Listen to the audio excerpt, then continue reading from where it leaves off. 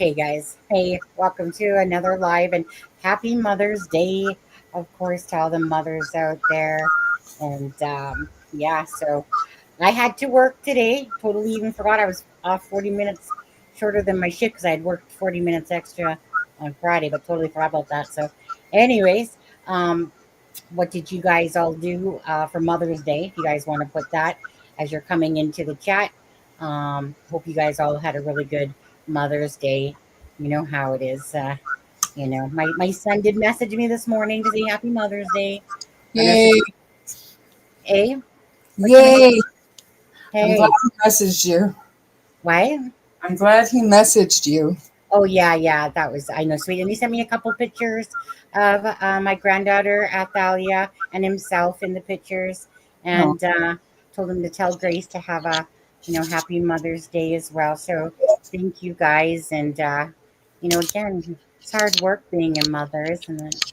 it Yeah, is. gotta give credit where credit was due. They come out our chute, right? And we do all the That's right. work.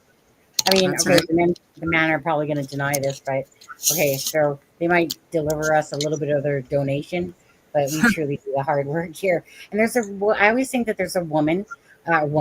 There's a reason why the word woman is woman, right? As first, Woman.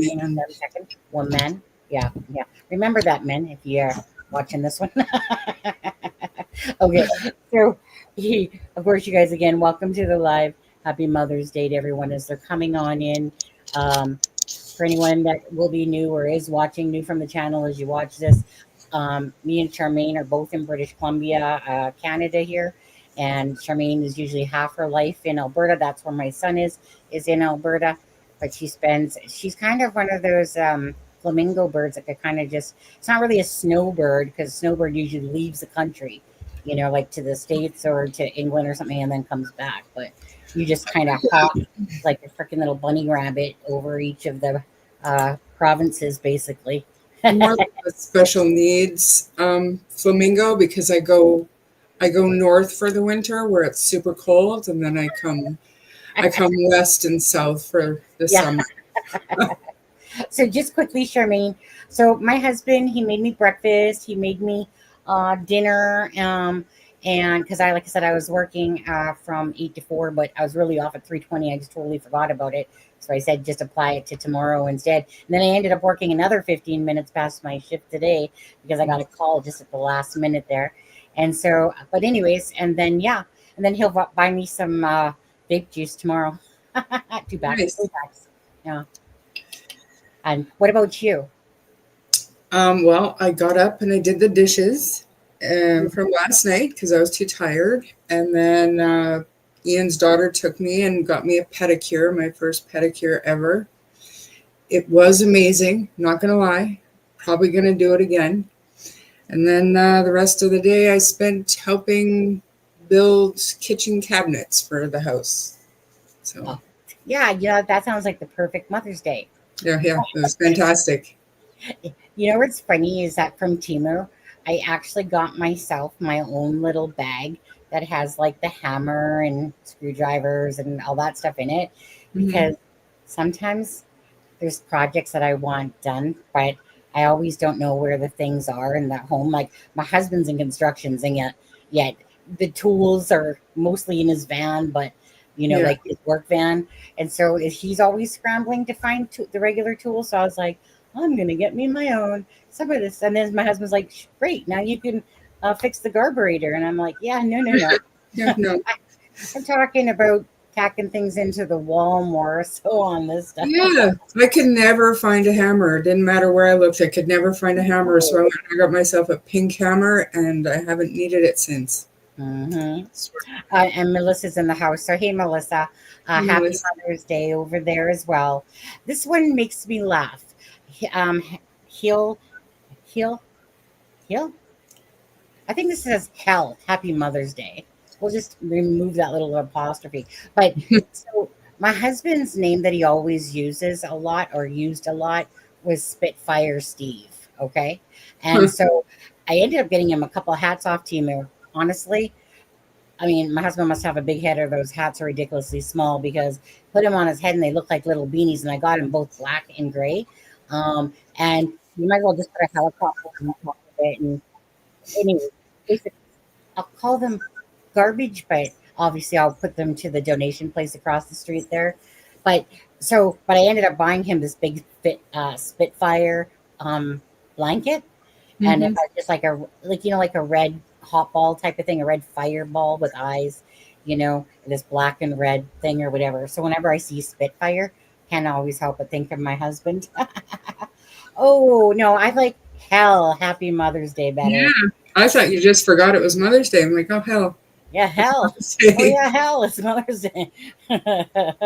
Hi, Mama. Anyways, hello, you guys. And like I said, we're going to be getting into Lily and Jack Sullivan here in just a minute. Yesterday I was solo. Jermaine was a little bit too busy for me on there. And today I was like, well, you want to tackle today with me? See if she wanted to, because I just wasn't sure if she wanted to chill, if she wanted to hop on. And because she misses me more than she does with Ian there. Well, I totally do. And this case is really super important. And to be honest with you, Yeah. I can't remember what I was doing yesterday that I couldn't go. Oh, it was earlier in the day and I wasn't home yet. Yeah, I didn't. yeah. You right and you said you were going to be home later, but then by that time I was already on, like, I think it was like 4.5 hour live, right? And by that time I was like, yeah, you just stay down there now. Yeah, On there. Okay, so I'm now, going to fix my camera. I'm here, but I'm going to fix my camera. So yeah, I don't like okay. looking away. My camera's over here, so I'm going to try to figure it Not one person yet has said what they did for, or what they got for Mother's Day, or what they did for Mother's Day besides us talking about it. Everyone's saying Happy Mother's Day, but it's a special day for us mothers. So if something happens special today, just say it in the chat. Again, if you're as well from Canada, or US, doesn't really matter, but just say where you're from, which part of the world. Again, we're just Canadians over here, eh? Even though I normally say a lot, it is a Canadian thing, I suppose. My husband says that we're really bad. He's from England. He always says, "You guys just say sorry too much," and I can't fault us there either. We got Ontario for spare time, Mama's Ohio. And as you're doing that, I'm just going to quickly share screen. Not share screen. I don't want to share screen. I want to image file. So again, happy Mother's Day to everyone. You guys can, don't forget the men. You guys can have it in June, third week of June. And let me just do this. Okay. Okay, so lest we forget, of course, Sebastian Rogers. Okay, we got Lori Wynn saying she's from Minnesota, Spitfire, California, just south of us here. And yep, I can handle. No, I don't know that I want to. I like Disneyland. I do love Disneyland. It was a nice flight when we had gone a couple times back in the day. Just beautiful scenery, you know. I seen the Pacific Ocean and just very nice, very cool on there. But I've been there twice. That's my biggest adventure into the States is Disneyland twice. Nowhere. Biggest hugs. So if anyone is without anyone to do something special with them for Mother's Day today, hopefully you weren't. But if so, biggest hugs, biggest hugs, biggest hugs. Okay? Because I know that, at Christmas time and holidays, sometimes it's very hard, for people that don't really have anyone and stuff like that. So depends on what I'm doing, but I try to celebrate Christmas and different occasions as best as I can with the channel and stuff like that for the people that are a little bit lonely out there in the world. Okay, just know you're not alone. Even if you feel alone, you're not alone. So back to Sebastian Rogers. You guys, of course, we have to bring up Sebastian Rogers' case. Sebastian Rogers disappeared on February 25th, and that was the last sighting of him. Um, they had it as February 26th, but really he actually wasn't seen. So apparently, okay. Apparently he disappeared, according to his mother, between 12 o'clock a.m. of the Monday to 6 a.m. that morning when she went to go wake him up. Sebastian, like I said, it's been over a year. It's very important for this case. He's 15 at the time that he disappeared. On December 7th, he turned 16. And he has, he's a functioning, on the autism spectrum there. But it's just a very, very sad case. His biological dad is Seth Rogers, who since day one has just, grounded, relentless in his quest to find out what happened to Sebastian. Honestly, it's one of those very mysterious cases where you can't help but look at the home as well, as same as this case right here. Can't help but see these oddities that are kind of going on. And, so you have the one parent, Seth Rogers, who's, got the true emotions, genuineness. And then you have the Proudfoots, Chris and Katie, that are more like pulling teeth, game playing, lies, deception type of thing going on. And it shouldn't be that difficult when you have children and you have no involvement whatsoever. It's not really hard to tell a story. It's not really hard to show emotion genuinely and authentically. And so, at the end of the day, beyond, the parents here, it's always about the children who are the victims of any sort of missing or murdered and stuff like that. That is always the focus. So with that being said, we just ask, if you don't mind, to give a like and a share. Please, of course, it's not about supporting the channel. You guys can support it, not support it. It's really about supporting the children and their families that want the case to, of course, keep in the limelight, into the public's eye, so that if anyone does have any information, that's the important part here, okay? And that's the part that we always like to focus on first and foremost. Geraldine, she's from London. We already had, yes, you guys did. Like I said, my husband is from the United Kingdom, and that's the oddity a little bit to me is my husband, because he's British, he always say that basically US and us messed up the whole thing. Like we're the ones that messed, he doesn't use the word mess, he uses the word like F-bomb. But anyways, according to him, they speak the right English.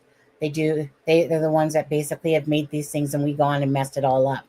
But March, correct, is in the UK, Mother's Day. That one throws me off a bit. And then there's always the time change as well. For a bit, they're 8 hours, for a bit, and then most of it, they're 8 hours, and then sometimes they're 7 hours and stuff like that. Hi, True Crime Housewife. How are you? Okay. So today we're going to start off in just a moment, me and Charmaine. And we're going to kind of go over the people that are involved in this case, or at least as best as we can, from some of the information that I've been digging for.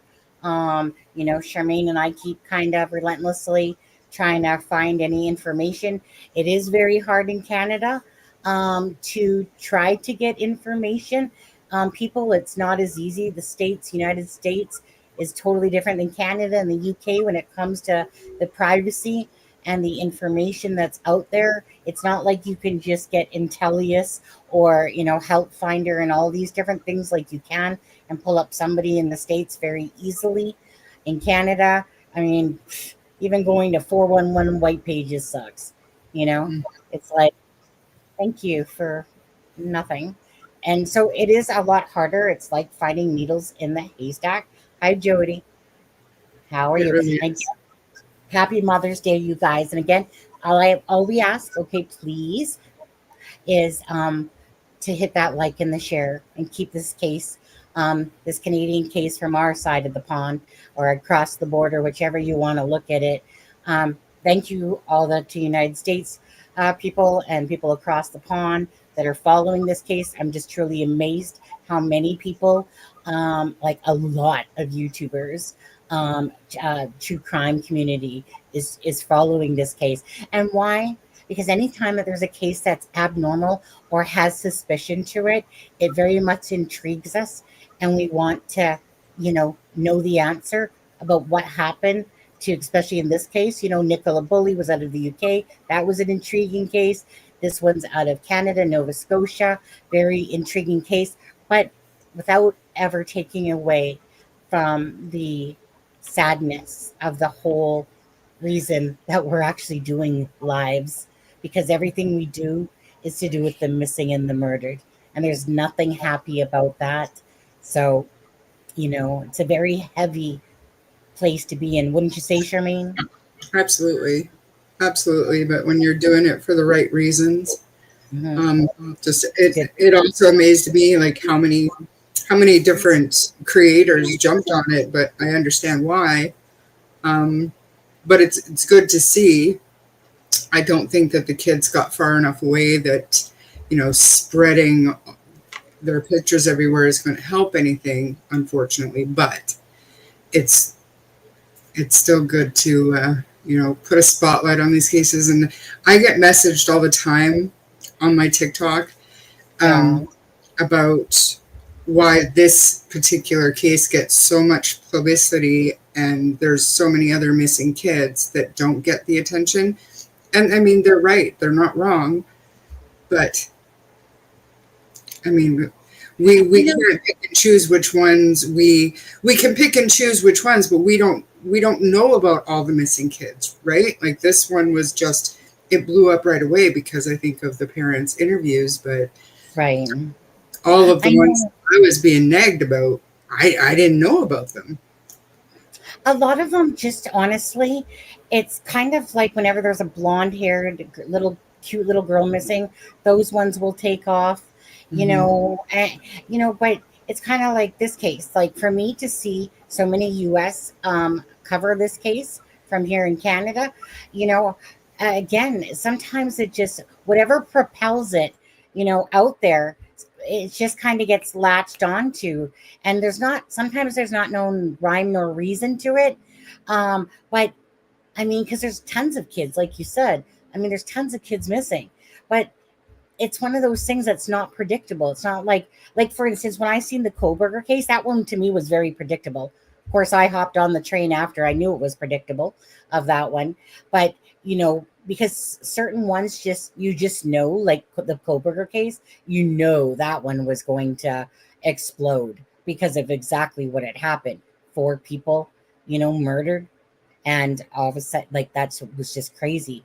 But though I must say though, in Canada, yes, we have missing people, and there was just a girl out of Chilliwack there, Charmaine, the girl that was found alive in the woods the day after, and she was okay, right? But she spent a night in the woods because she had wandered off there, and she was reunited happily with the family the next day when they found her. But how scary is that for a child?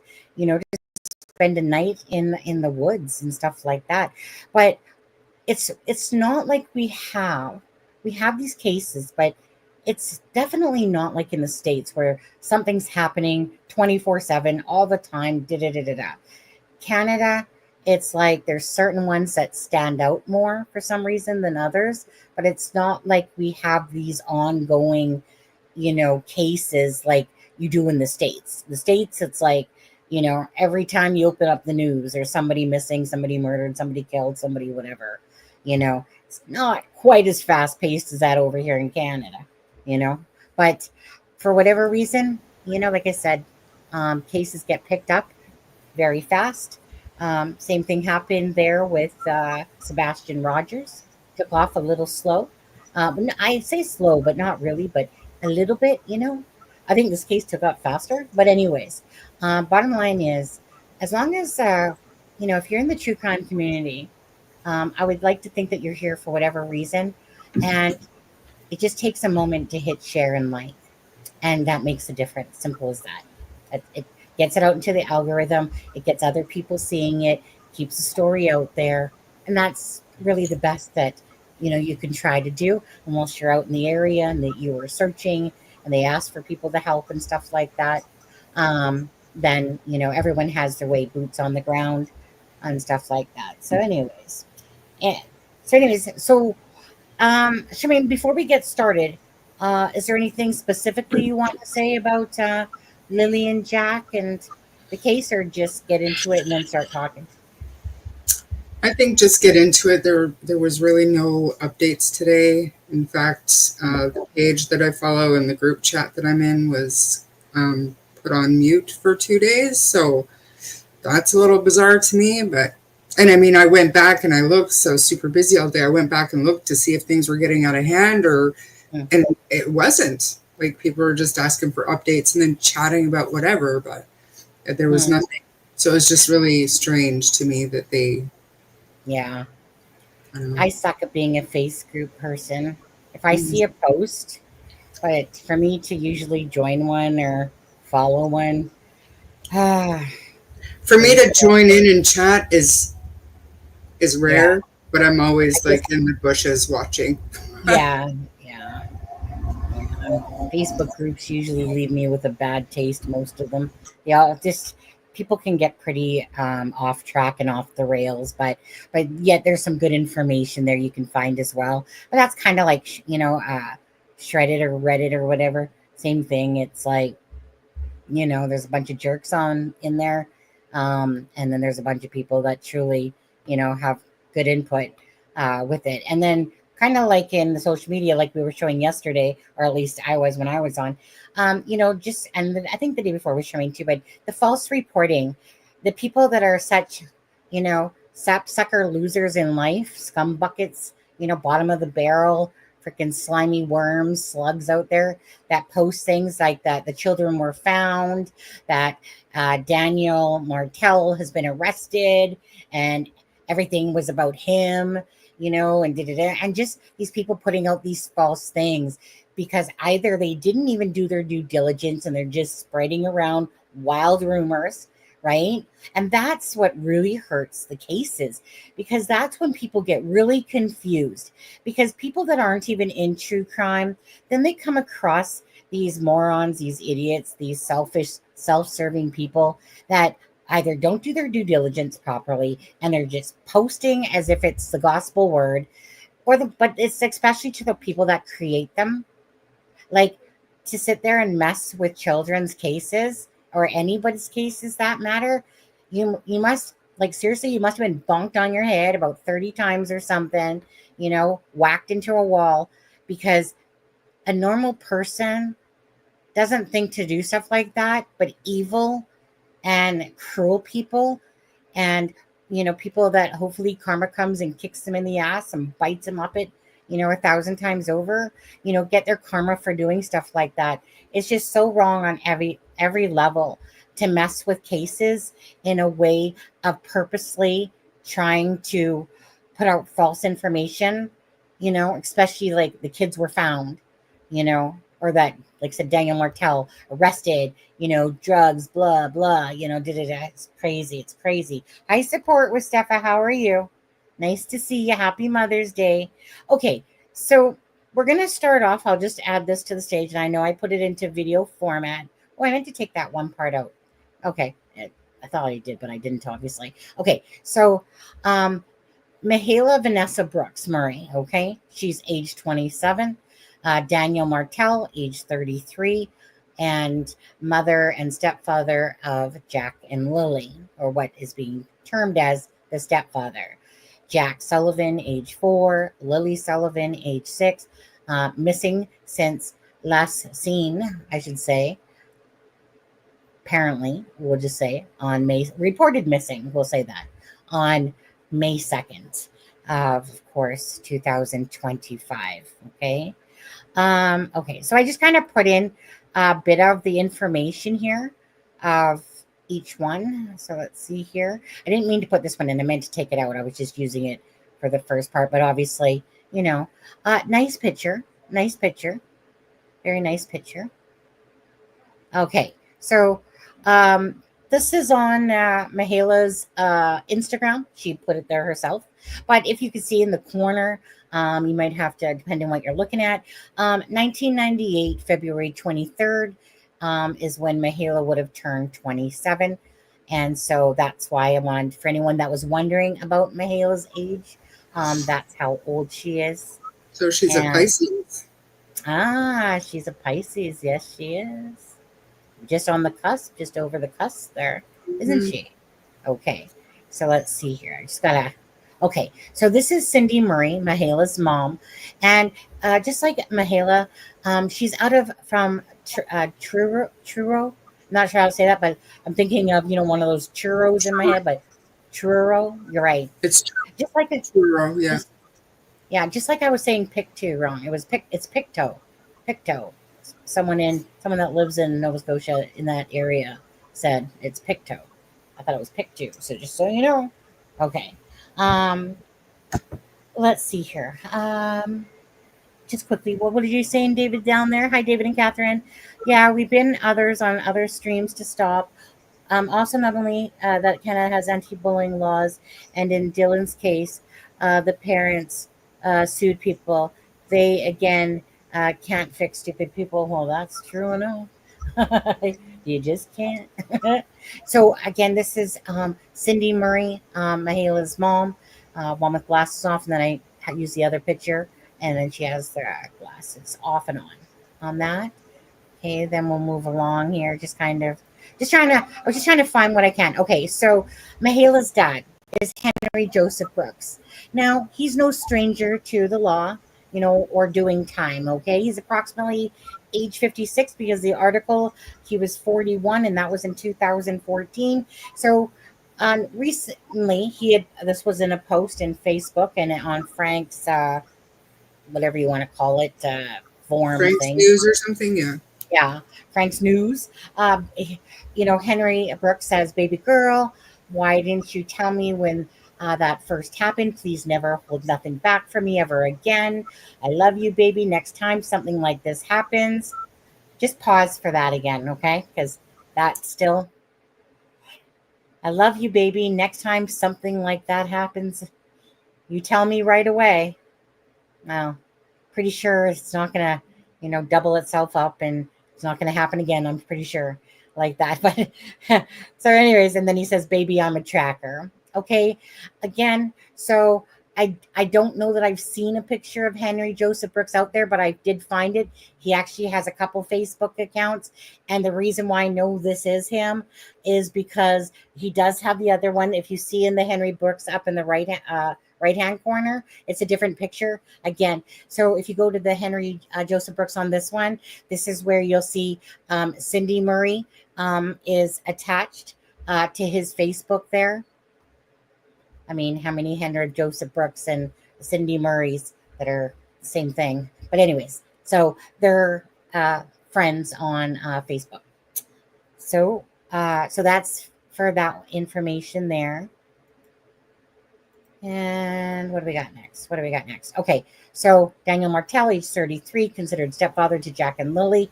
Relationship the night after Jack and Lily go missing, May 3rd. Daniel states that Malaya left the property to go to her mom's. We heard that she was kicked off of it, / maybe he said it in a nicer way, perhaps, and blocks him from Facebook. She turns her Facebook off or puts it in hiding, whichever it is.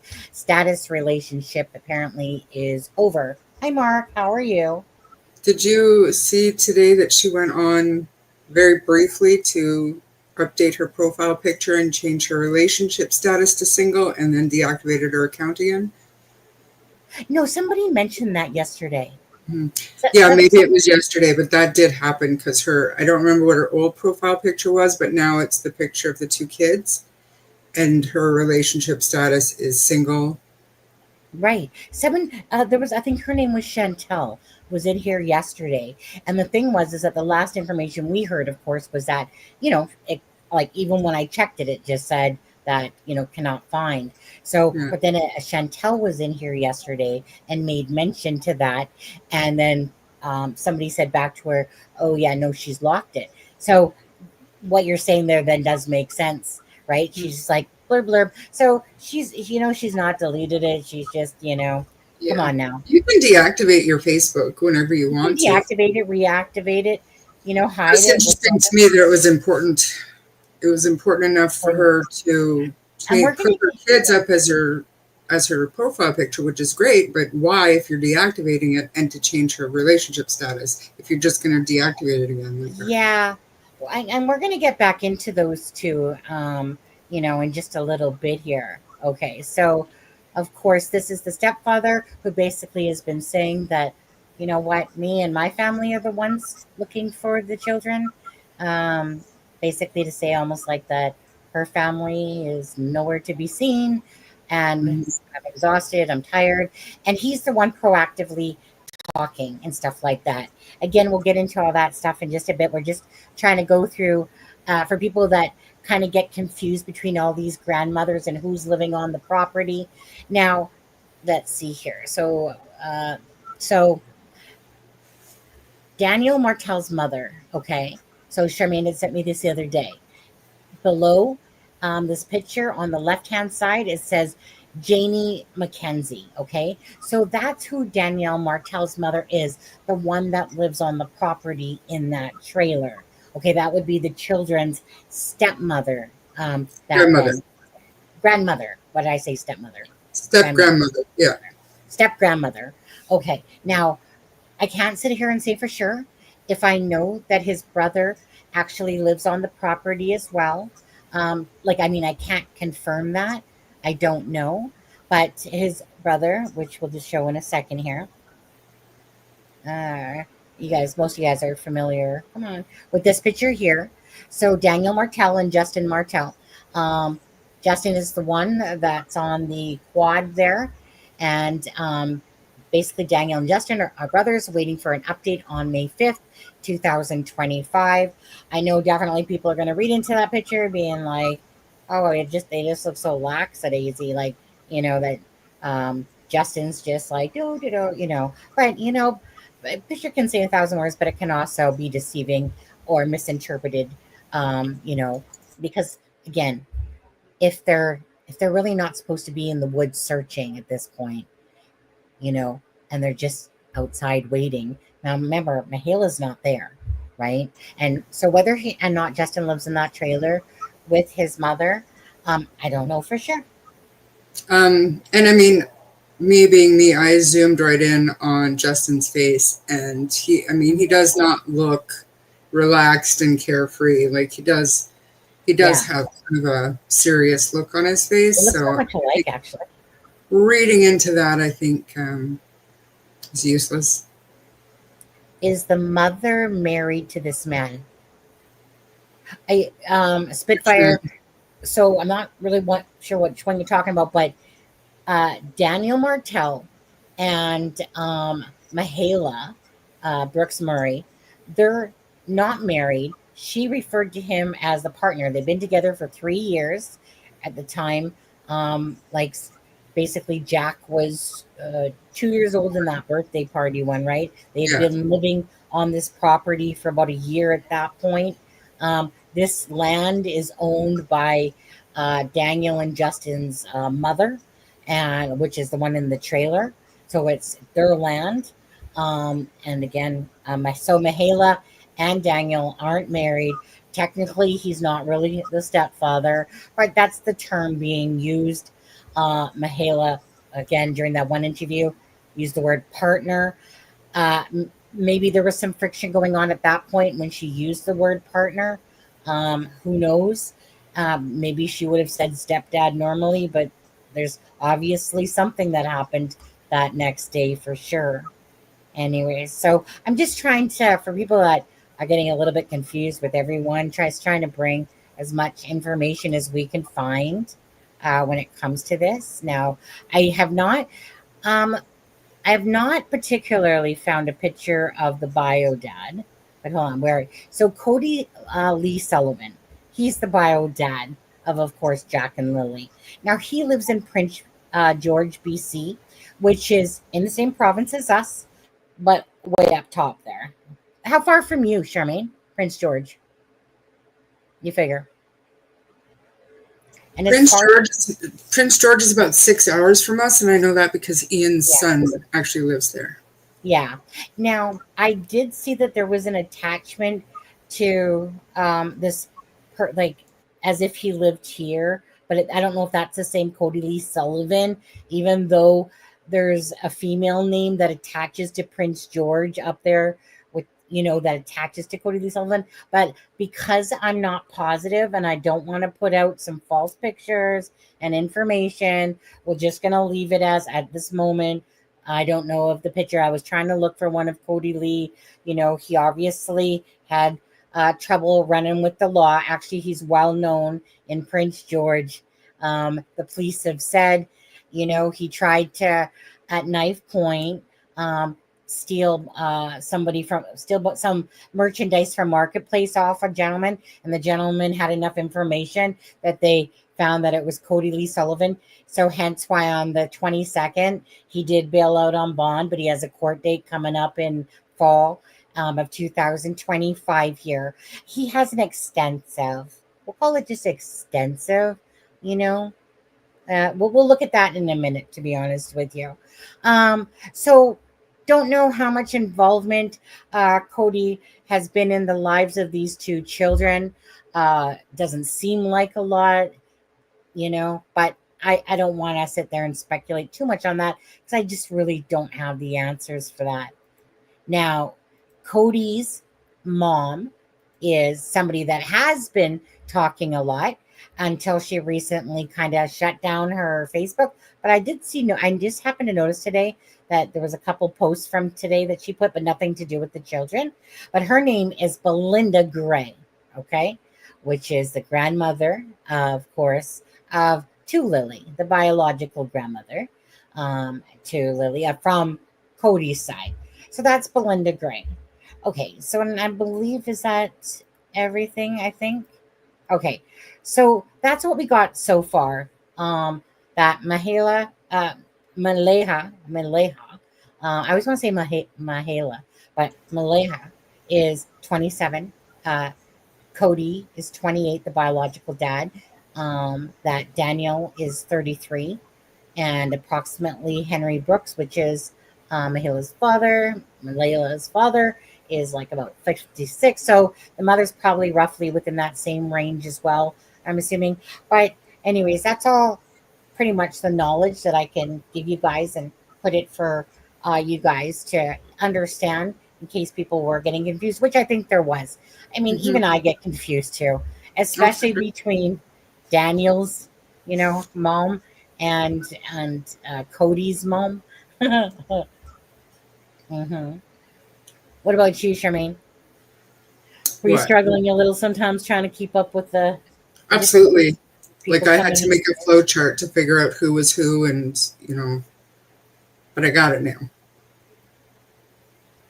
I mean, as far as I know, we're on the other side of the country, obviously, and like Sunny said at the beginning, it's hard for us to dig up information. So, as far as we can tell, this is now accurate. Yeah. 4 and 6, Melissa. I wonder how, well, I mean, I don't think he works a lot. He works one day a week and stuff like that, but I don't want to judge, because I don't know too much about it.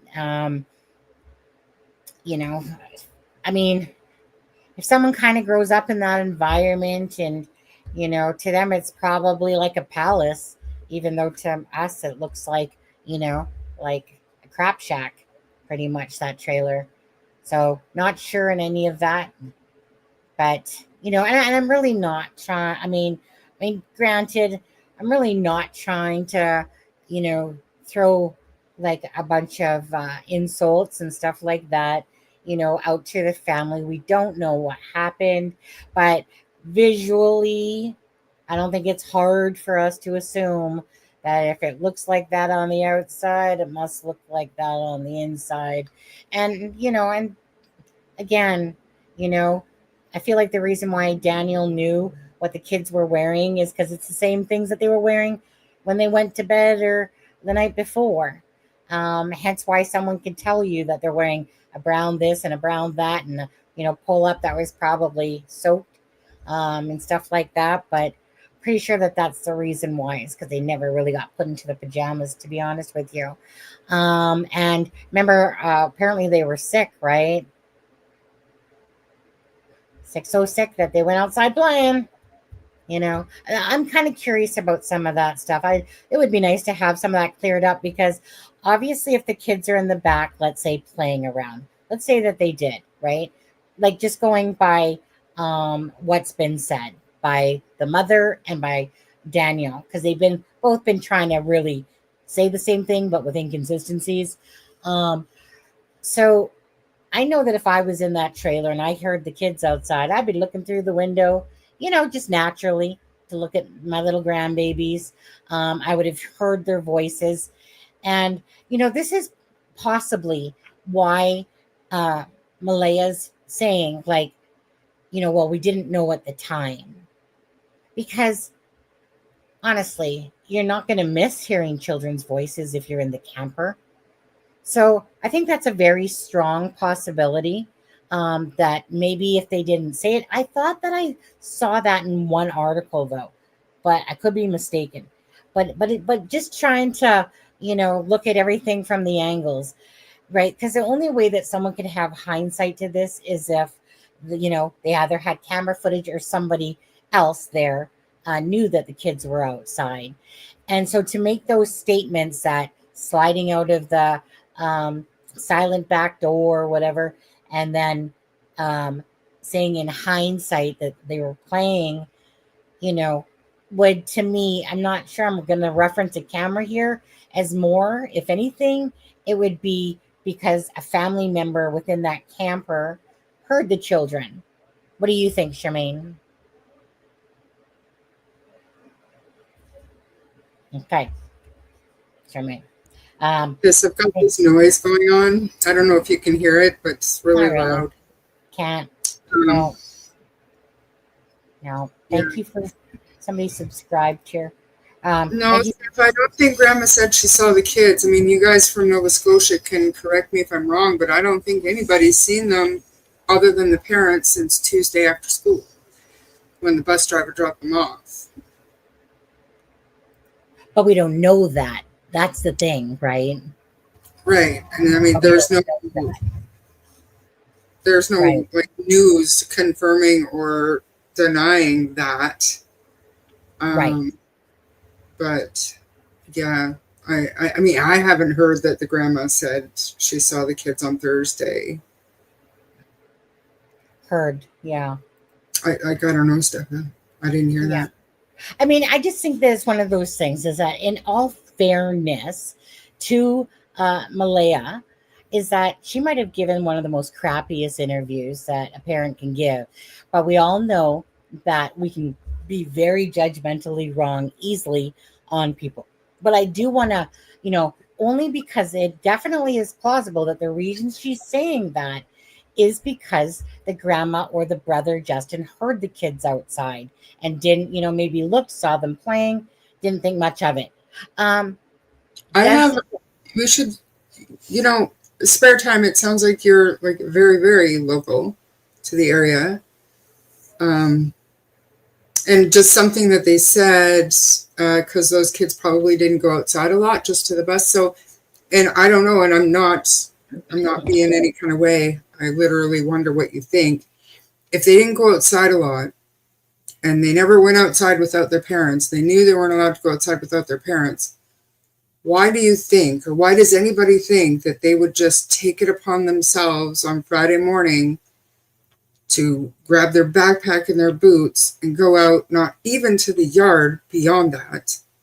Do you know what I mean? Like, I thought you meant that you were outside walking and surprised me. So, I mean, I misunderstood that. But anyways, I mean, I'd like to hear what anybody thinks about that. Like, if they're never going outside without supervision and they know they're not allowed to go outside without their parents watching them, they probably don't get out too much. I mean, Sunny surmised that maybe one of the reasons why they were falling behind in school is because maybe their attendance isn't great. But yeah, would to me, I think about my kids when they were that age and my grandkids now. If they're not supposed to do something at age 4 and 8, they're not going to do it. They're just not. They're going to, and I mean, maybe they're special. I don't know, but they're just not going to do it. Not at that age. They're not going to take that chance. There's a reason why Mom is saying don't do that. I personally think that they were outside by themselves all the time. I do too. Absolutely. And I agree with you, spare time, I think Wednesday latest. something happened to them. Apparently, the mother doesn't work, and he works 1 day a week. Yeah, the sawmill apparently. And he didn't work. His last day of work was Tuesday as well. Mhm. So, but the reason why they were staying home was because they were sick. But, I mean, they couldn't have been too sick. Wednesday, I think, was a PD day. PD day, yeah. Yeah, but then Thursday, Lily had a cough, so they kept both of them home Thursday and Friday. Mm-hmm. So if we're talking about speculation, we'll say it's speculation for sure. Could be totally wrong, but we've seen the inside of that camper, and it doesn't exactly look pristine, but that's just being judgmental. But no, you know what? I'm sorry. If you live a life of chaos and mess around you, that's exactly what it's like. It's, the children don't know any different. Parents obviously do. I'm still going to deem it as kind of like myself, and this is speculation, my own thoughts. Okay. I did. Yes. I'm kind of forethinking here a little bit. What I see on the outside isn't too off on what we're kind of seeing on the inside, but usually when somebody throws a party, Jack's party, of course you're going to usually clean up a bit before the party happens because people are coming. And then there's other people that literally just don't care about it. Again, these children went missing. It is very odd what Maleha has said. I keep saying that so wrong. I want to do that. It's male and then HYA. So that's why I'm trying to remember it as like that. It's a different name off the tongue, that's for sure. Her interview was weird. Could just be how she handled it. It's very strange to most of us. Anyone that's a psychologist out there that's covering this case will tell you the same thing about all the red flags. Maybe they turn out not to be red flags, but what is known to us from the press conference is that the RCMP and the Crimes Investigative Unit said that they don't believe that the children are alive. Hence why they didn't offer an Amber Alert, because they didn't feel like that was, if they felt like they said that that was the case, they would have issued an Amber Alert, but they didn't. So we're going to go back to two things. Either something to do with the family members, or they got overlooked. Possibility, they don't believe in abduction, but is there a chance that, little Lily and Jack, with the knapsack on their back, went to go catch the bus and just started walking down the road? It's kind of odd that they would do something like that, especially, but I don't believe this. I don't believe that the children knew better to go outside, because normally children do go outside. It's a big yard. It's not like really much is going to happen to children that have this big area, no neighbors really around, and then all of a sudden, suddenly, like, they're about abduction. Now, are they on about abduction because Lily had a knapsack on and the little puddle jumper boots are gone and stuff like that, and they're thinking that someone came across the children as they were, walking or to the front of their property? I mean, that it's possible, but it's kind of like here, right?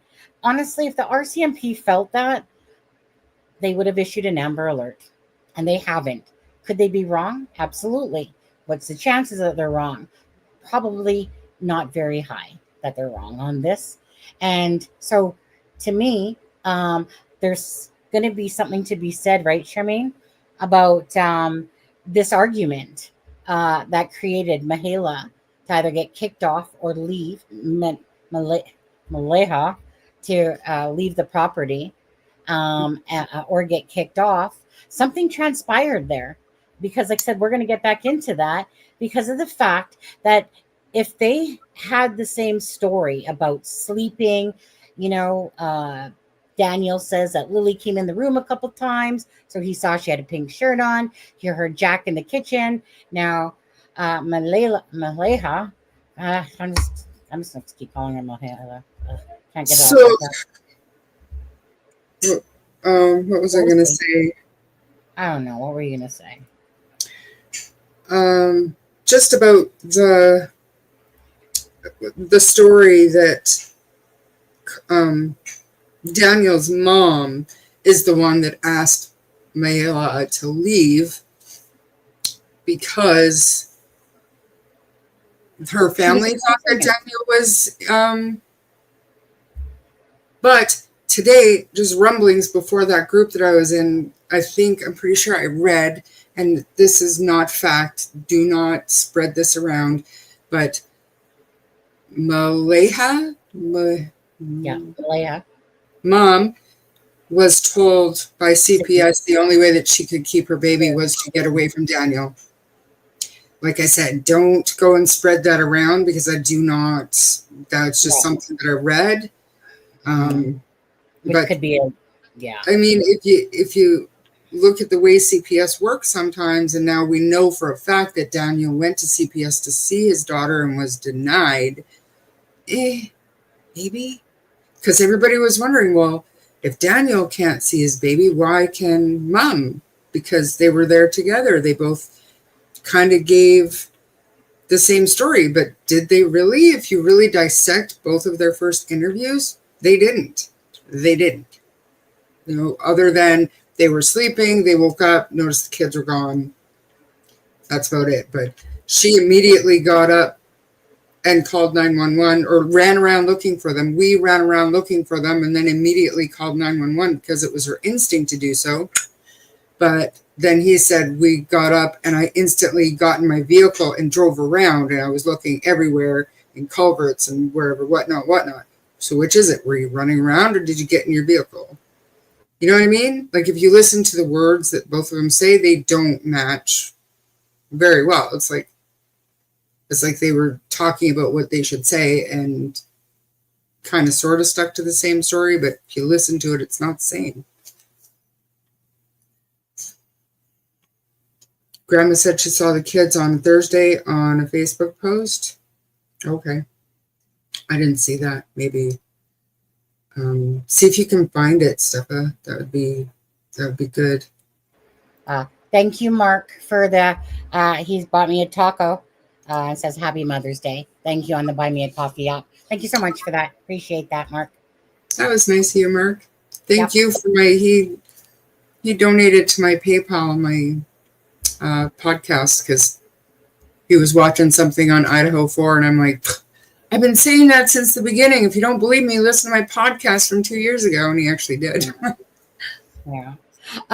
Just going back to just what you were talking about a second ago, was that, so we all know that Daniel, specifically out of his own mouth, and this, you always want to go to the sources, right? Even if it's not true, you still want to use the source's mouth because that's the best information of trying to understand or figure out.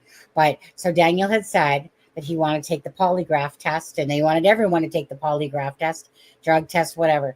But he specifically said because about, Maleha's family, and her thinking that he had something to do with it.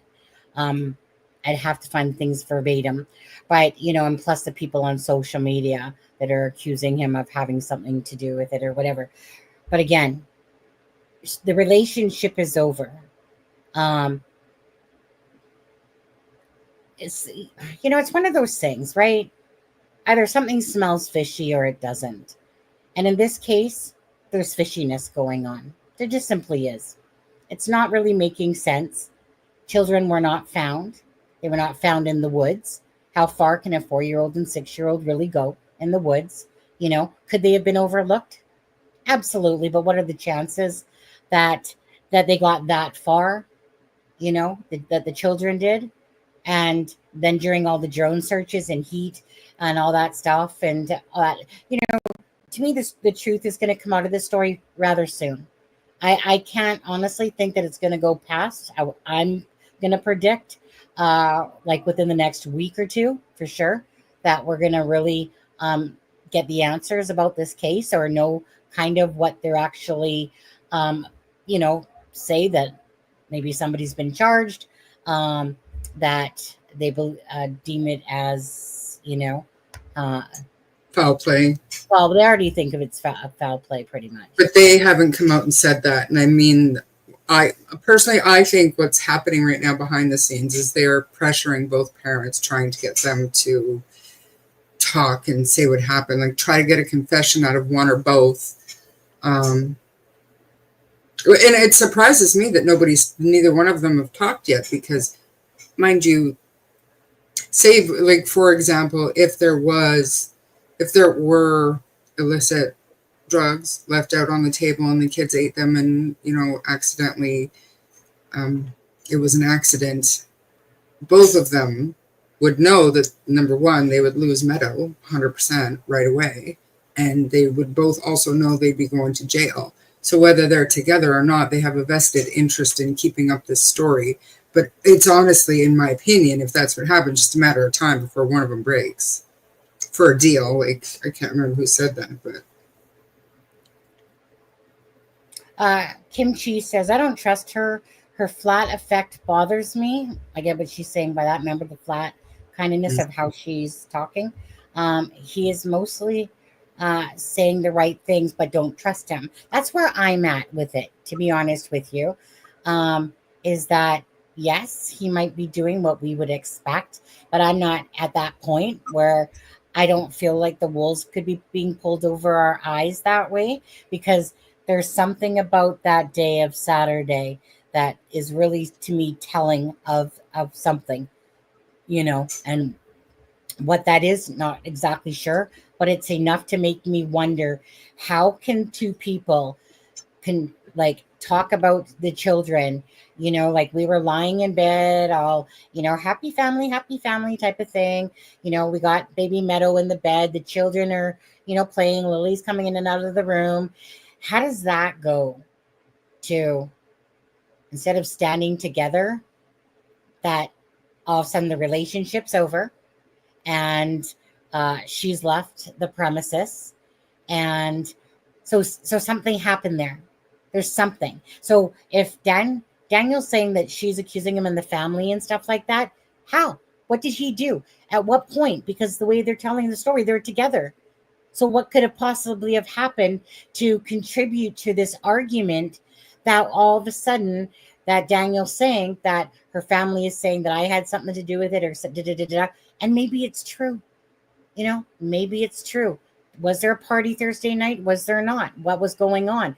Where's the truth? But there's something, everything is to do with that Saturday, about why this relationship went all of a sudden south, instead of the kumbaya story that they were kind of trying to pretend, or not pretend, but say to us, to the public, that, hey, yeah, I was in and out, but that's where to me this whole thing lies, is that, to me, there's something going on there, suspiciously to me, that you don't go from all of a sudden the story of togetherness to the next day her speaking like that could just be her way.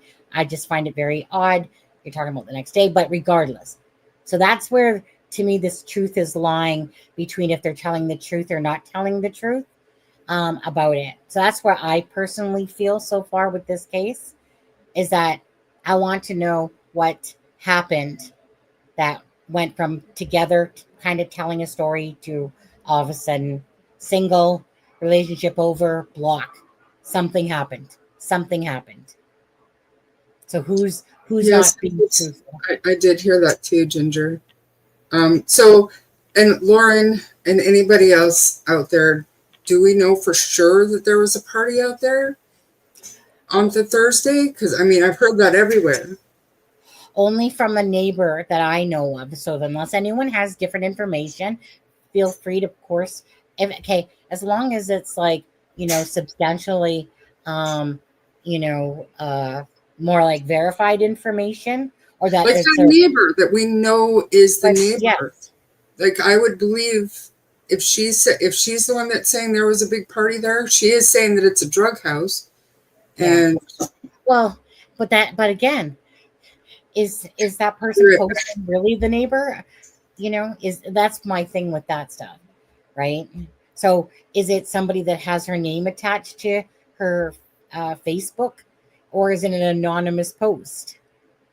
You know, because a lot of people like to say stuff but don't involve themselves in a way, and then people get, you know, start questioning it. That's the point. That's the problem with all that stuff. A lot of people are willing to say stuff behind it, but not really want to say who they are. But this person basically said, like, I live literally like 500 feet from them or something like that, and that this person said that there's lots of cars there, and that she always just deemed it as like it was like a drug house. Again, we don't exactly, like, ourselves, we don't know, right?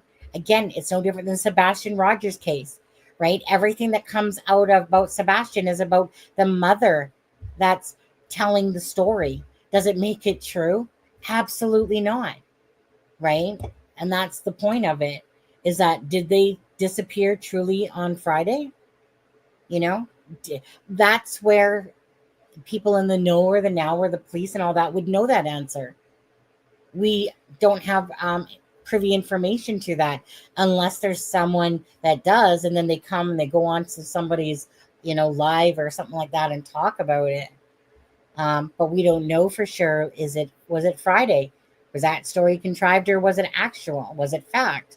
I mean, I would like to think, I mean, you got, you know, supposedly at least one family member, meaning Janie McKenzie, on the property, perhaps the brother as well, right? I mean, obviously they would know. Um,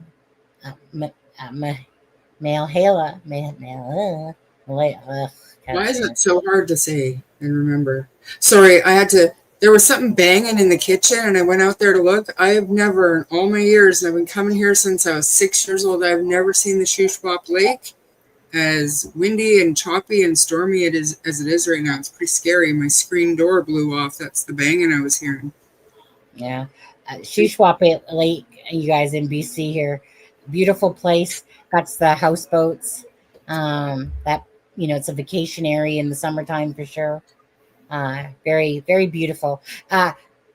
British Columbia is a gorgeous province. Gorgeous.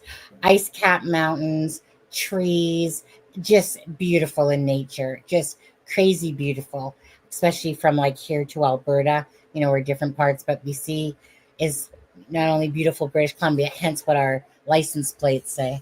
It also means bring cash. Bring Yeah, cash.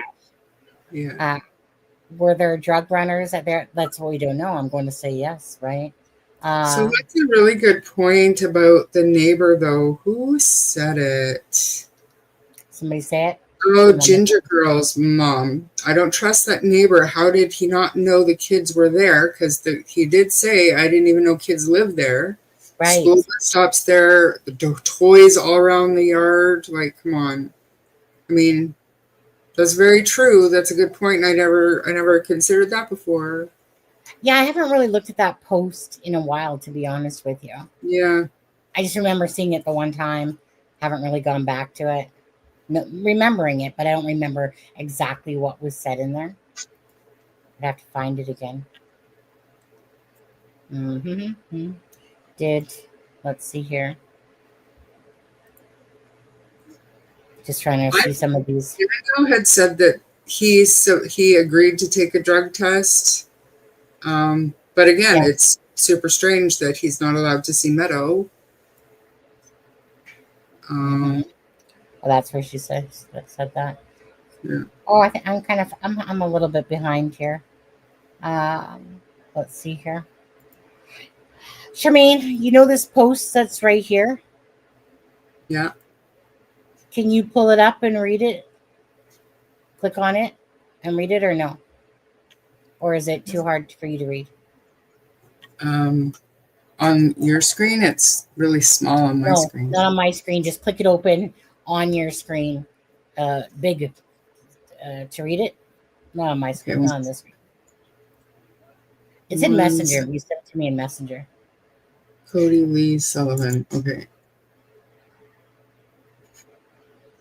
All right. I gotta move my screen. Okay. It says I have received a lot of questions regarding the biological father of Lily and Jack Sullivan. Who is he? Where is he? Why haven't we heard from him? And the list goes on. I've been digging into this for the past couple of days and can finally bring you all the information I could find on him. Lily and Jack's biological father's name is Cody Lee Sullivan. There has been a lot of speculation surrounding him, with some claiming that his reason for not speaking out about his children's disappearance is because he's in prison. I can confirm that he is not in prison and is awaiting a court date in October 2025. Cody was born in the year 1996 and, as far as I know, has 2 children, Jack and Lily. On Friday, June 21st, 2024, shortly after 8 p.m., a local resident was robbed of a high-priced item. The police received a complaint from an online marketplace seller who stated they had met up with a purchaser at the agreed-upon place. When the purchaser, who we now know was Cody Sullivan, produced a knife, he demanded the merchandise and then left the area in a pickup truck. The seller was able to get a description of the vehicle and its last known direction of travel, which enabled police officers to catch up with the suspect vehicle very quickly. The merchandise was located inside the vehicle and returned to the seller. Thankfully, no one was injured during the incident. The suspect, Cody Lee Sullivan, was arrested and held in custody. The next day, June 22nd, he appeared before a judge and was released on bail. Why he hasn't come out to speak about his missing children and plead to find them, I don't know. I also don't know how involved he was in raising them. Something that online sleuths are pointing out is that Lily and Jack seem to be very close with their stepfather. In one picture, we can see them standing close to him instead of their mother. From someone claiming to be Daniel's friend, it was said that he does more for the children than their own mother does. Tables are quickly turning as he is getting more support, and he is the only one at this point speaking to the media and trying to work with police by staying at the property and allowing them to search wherever they want. The mother, on the other hand, has been missing in action. She left and has not pleaded for her kids to be returned, even though she believes they had been kidnapped. That speaks volumes. That's what that article says.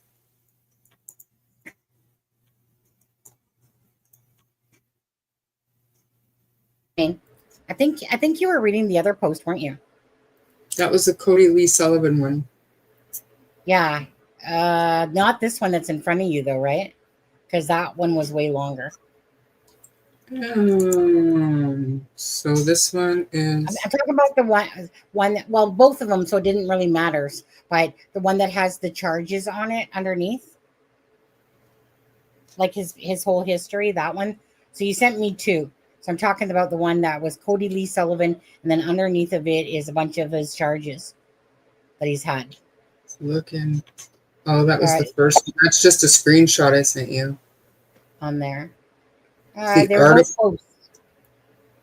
No, okay. That was the article that I sent you. I'm not sure. I remember sending that to you, but I think that was yesterday. Okay. No, you just sent them to me. They were the last 2 things that you actually sent to me on Facebook. Besides me sending you the link. 1 second, Charmaine. I clicked on the one that said Cody Lee Sullivan, and then the other one is permission denied, right? Let's see here. I'm just trying to. Oh, of course you have to be a big piece of crap.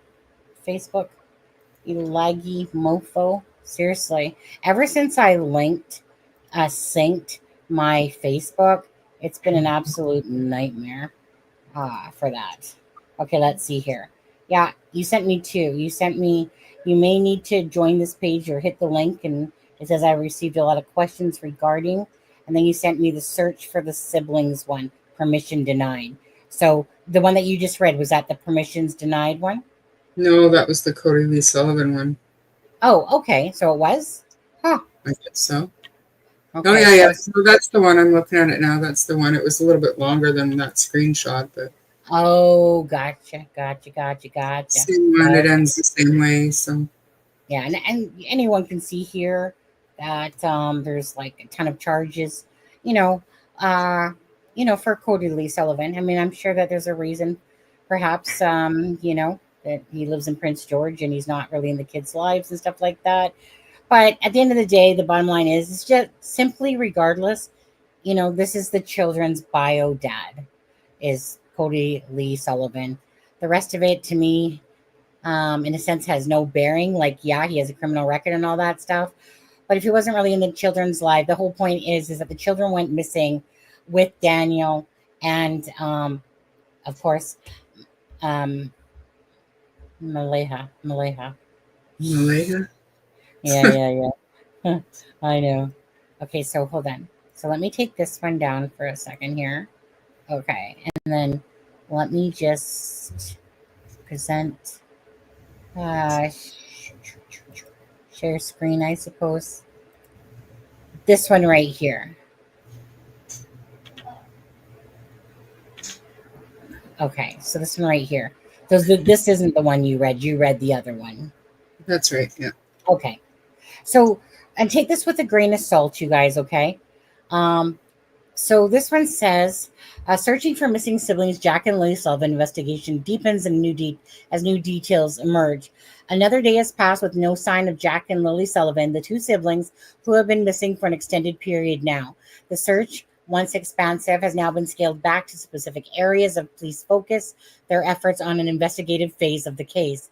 While there are still no concrete answers, investigation has taken more of an interest or intense turn, and possibility of foul play in the beginning to emerge as a major concern. And then it says foul play suspected, but no Amber Alert issued. Despite growing fears for their safety, police have stated that there is currently no evidence of an abduction, which is why the Amber Alert has not been issued. With this, authorities are narrowing down the search to certain locations that may offer new leads.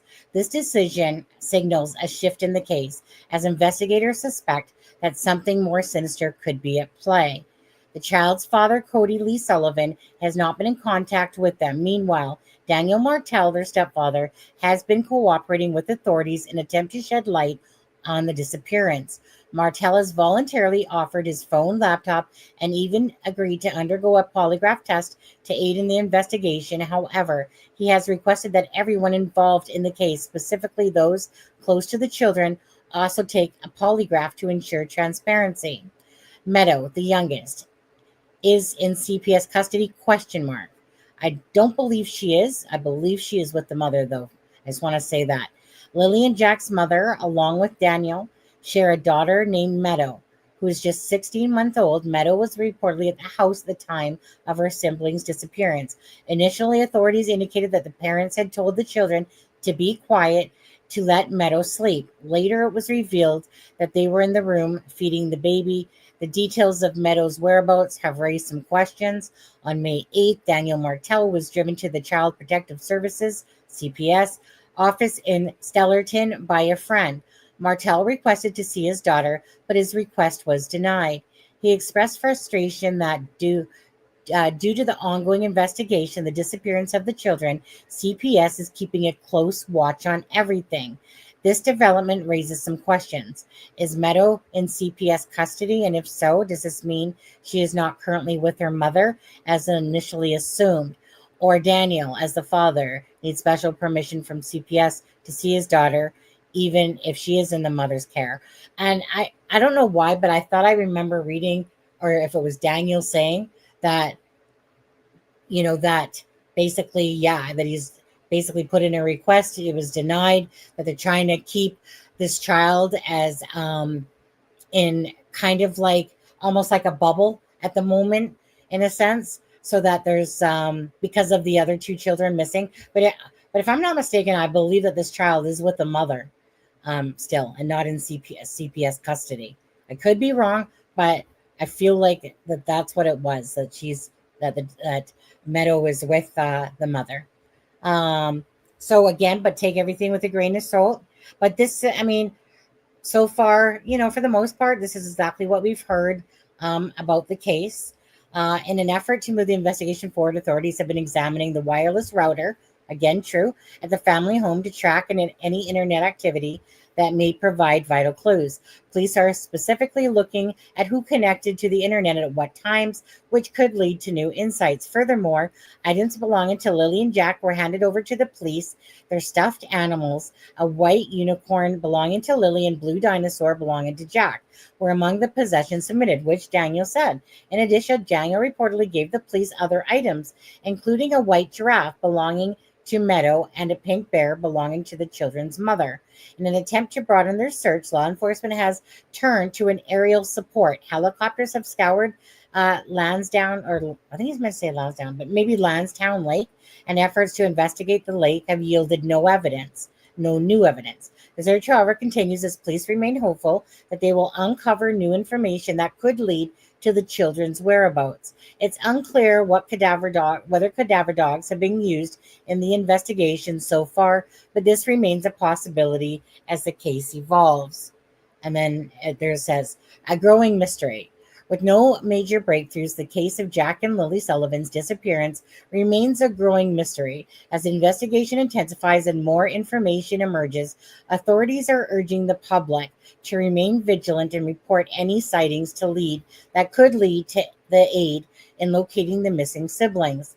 The clock continues to tick, and the families and children, along with the community, are desperately hoping for answers. For now, the investigation continues as law enforcement works tirelessly to uncover the truth behind the disappearance of the two children. The search may have slowed down, but the determination to bring them home remains stronger than ever. Stay tuned for further updates, okay?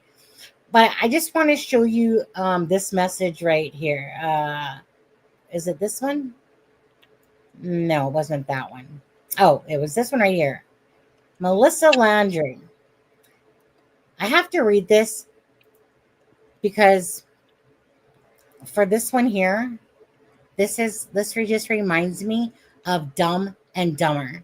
Okay, Melissa Landry, if you are watching this, someone obviously didn't give you brain cells along the way, because almost all that information was verbatim of what's been being said. As for the CPS part, is Meadow with CPS or the mother and stuff like that. Again, that's going to train. I believe it's the baby's with the mother still, but hey, I could be wrong in me saying that too. But I don't think that the baby's in CPS, but that's not to say it's not true. Other than that information was all accurately kind of put according to what the press conference said, what Daniel said, and all that stuff. Okay. But then you have Melissa Landry. If you're going to post yourself as a news page that's listed as a digital creator, you should probably not post rumors in your articles. I hope anyone on your page reading these articles don't take your word on everything. That is just gross. Let's think about the poor babies and stop helping people spread rumors. I honestly, I don't understand what she was referring to. Those really were not rumors at all. Those were all things that were said about the case, that have been said from the press conferences. Melissa, come on now. God gave you one of these. Use it. Obviously, the focus is on the children. Absolutely. The only thing that we're not sure about is possibly about the, CPS has the baby, but I don't believe so at all. I believe that the baby is with the mother, and they're literally, obviously, trying to keep that baby as safe as they can. And we don't know that in details about what Malaya has said to the police, what information, if any, stuff that we just don't know. So that part could be perhaps a little speculation. I thought I remember Daniel saying something about that, though. I thought I remember it being in an article about him saying that, but he did say that he was denied permission to see the baby. Mm-hmm. But I also heard total rumor, it was in the chat again, that Malaya went to the reservation because CPS told her to separate from Daniel. No, but she was told to separate from Daniel for the time being so that she could keep custody of. Yeah, but that's a rumor, right? That's a rumor. It's a total 100% rumor. Total rumor. So don't. There is also, like Steph has said, there was talk about she got into an ambulance and the ambulance took her away, and she had left at that point. He hasn't seen her since. That came from Daniel, but then people said that it was CPS that talked to her in the ambulance, and that's why she didn't go back. So again, who knows? Yeah. Can take that one with a very big grain of salt myself on that one. Yeah. Because it could be true, but again, I want to go back to that part though, Charmaine, right? They basically put out this particular, whether it's a true story or false story, they put everything out as if they were together in bed, regardless. So they put that out as if they were this happy family unit that, oh my God, this tragedy happened, but for Daniel to say, I keep smelling toast. Anyways, but That's for Daniel, dangerous. You could be having a stroke. Is it burnt? No, I truly believe I'm smelling toast.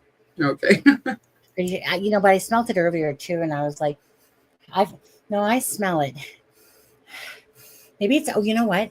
It's probably maybe a barbecue, the buns on a barbecue or something. The nose, but so I still think so. Going back to, you know what? Actually, let's just watch it again. I don't care how many times you guys have seen it, but let's just watch Maleha's video on her interview. We're not going to stop it. We're just going to play it through, and then we'll come back and talk about this, because to me, this is a very strange interview from start to finish. Is it a bunch of fudge? But it's the reaction. It's what I'm not seeing that of a desperate mother myself. And I want to know why that I'm not connecting with what she's putting out there because of this argument of that next day. And next thing you know, relationship over. And, maybe their relationship was already on the rocks. And this was just the final straw. Maybe she lost her shit with him. And, because definitely things are going to be tense, right? The blame game could the blame game could be happening there. And then it turns into an all out argument. And, next thing you know, it's like, get off my damn property. Like, this is my son. Don't talk about him like that. Blah, blah, blah, blah, blah. You know how that stuff goes. But anyway, so let me present video file. And we'll just play her interview again. Give us a break as well. Just staying as hopeful as possible. I want them home. I want to hold them. And I want them home. What happened was we woke up, I heard them playing in the next room beside us, and I was drifting in and out of sleep. And they're not the type of kids that we tell them not to go outside on their own. We always make sure that we're out there with them, watching them. And they happen to just get out that sliding door, and we can't hear it when it opens. And they were outside playing, but we weren't aware of it at the time. And the next thing we knew, it was quiet. And we get up, and I tell him, my partner, Daniel, I tell him, do you hear the kids? And he says, no. And we get up instantly. We're looking outside. We're looking everywhere, yelling for them. And I instantly just call 911. I just had the instinct I needed to call. They're both really go-lucky children. They're so sweet. They talk to anyone. They'll talk your ear off. They will speak to anyone in a store. Everyone. They're just extremely sweet kids. I appreciate the huge search effort going on right now. But we've been pushing for an Amber Alert, which hasn't been issued. Not just that they could possibly be abducted, which it is a possibility that they could have been, but just an alert to let everyone know that they are missing. We had people text me saying that they weren't aware, someone else let them know that they were missing, and it would just be nice if everyone could be alerted. We thought maybe that we found tracks, but it's still uncertain. It's been raining and they're probably soaking wet, but with the sun today, I'm hopeful that they are feeling warm. We're all filled with pain and sorrow because we just want them found. We want them home. Everyone loves them. They are definitely verbal, and they do have possible autism, but it's not extreme autism. It's just they have issues with school, and they don't catch up with the other kids. I just want to remain hopeful. But there's always, in a mother's mind, you're always thinking the worst. Last night was one of the worst nights because I didn't have them in their beds. And I don't want to go through that another night without them. The last few days have been very stressful. Okay, so okay. You know, something that actually I caught that I didn't necessarily catch a little bit of is, well, I better say it now before I forget it. Is that she basically said it was raining, and I told you that was a weird thing to say in there about the whole it was raining, but today's sunny, so like basically I hope that they're warm. Why wouldn't you say, like, I hope we find them today? You know, it's nice and sunny or something like that. But instead of saying it's nice and I hope that they're warm, how about I truly hope that my kids are found today? It's weird. So I always thought that was a strange sentence, but it just, now that I listened to it again, it's a weird sentence to say, first of all, about that. Well, you know, it was raining, but I don't know. Now, Charmaine, when it comes to this interview, okay, are you seeing someone that's in a state of shock, or maybe that's still hopefully wishing and she's not quite in that full-on panic mode yet, even though she instinctively called 911 because as a mother she felt like something was wrong? I'm finding it's contradicting to the interview of this whole humness a little bit that's being kind of portrayed. Someone that doesn't seem like someone that's saying things about the sun being warm and, you know, but instead of like, you know, find my children, like they would have put that in there had she had said anything like that, you know, like it's, I don't know, just tell me your impression about how you feel. Do you think she's in a state of shock? And I'm not personally, but do you think she is? No. And I mean, I usually, when I see stuff like this, I usually try to put myself in her position and wonder how I would react. And I'm no different than the people in chat that I can't relate, but I assume I would be frantic and I might not even be able to put a sentence together. But I know if I could, I would be, especially if I thought there was a possibility they were abducted. I would be asking for them to be returned to me. They need to be with me. It bothers me so much that they're not the type of kids that'll go outside. They know they're supposed to have us with them, but then they just happen to go out that door. And another thing too, not just the slight autism, but no, the possible autism. Have you guys ever had an older sliding door in your house? My parents have this older sliding door in their house, and I have a hard time opening it. Unless it's a brand new one that's greased up and WD-40 and the rest of it, how are you going to silently open it? And then Daniel said in a different video that he's always telling the kids to close the door, because they don't close that door behind them. So they just decided to close the door behind them today. So not only did they not hear it open, but they didn't hear it shut again. Everything that she says, like if you listen 2 minutes later, she contradicts that in that little scenario that she's put together. And if your kids never go outside, I know it's very popular to say, who would say that your kid's been abducted? Why would be that would be the first thing that you'd think of? And honestly, I think that's what I would think. If my kids did not go outside without me and they knew they were not allowed to go outside without me, and that door was closed, I would think somebody came in and took my kids. That would be the first thing I would think. Somebody came and took my kids. They know not to go outside without me. You know, right or wrong, but that's where my mind would go. And all the newscasters and everything else are saying, who would say that? Why would you think that? Well, because them just leaving is out of the norm. My kids wouldn't do that. And she's got no, I don't even want to say emotion because everybody deals with stuff differently, but there's no sense of urgency in anything that she's saying. Do you know what I mean? Even the words were full of pain and sorrow. Everybody is full of pain and sorrow. Why? Why are you not filled with fear and anxiety and worry and, pain and sorrow? Really? It's just weird. It is weird.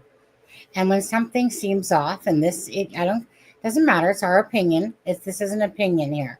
Okay. Everyone has the right to have that. If some people think that she's in a state of shock, and that's what she's portraying.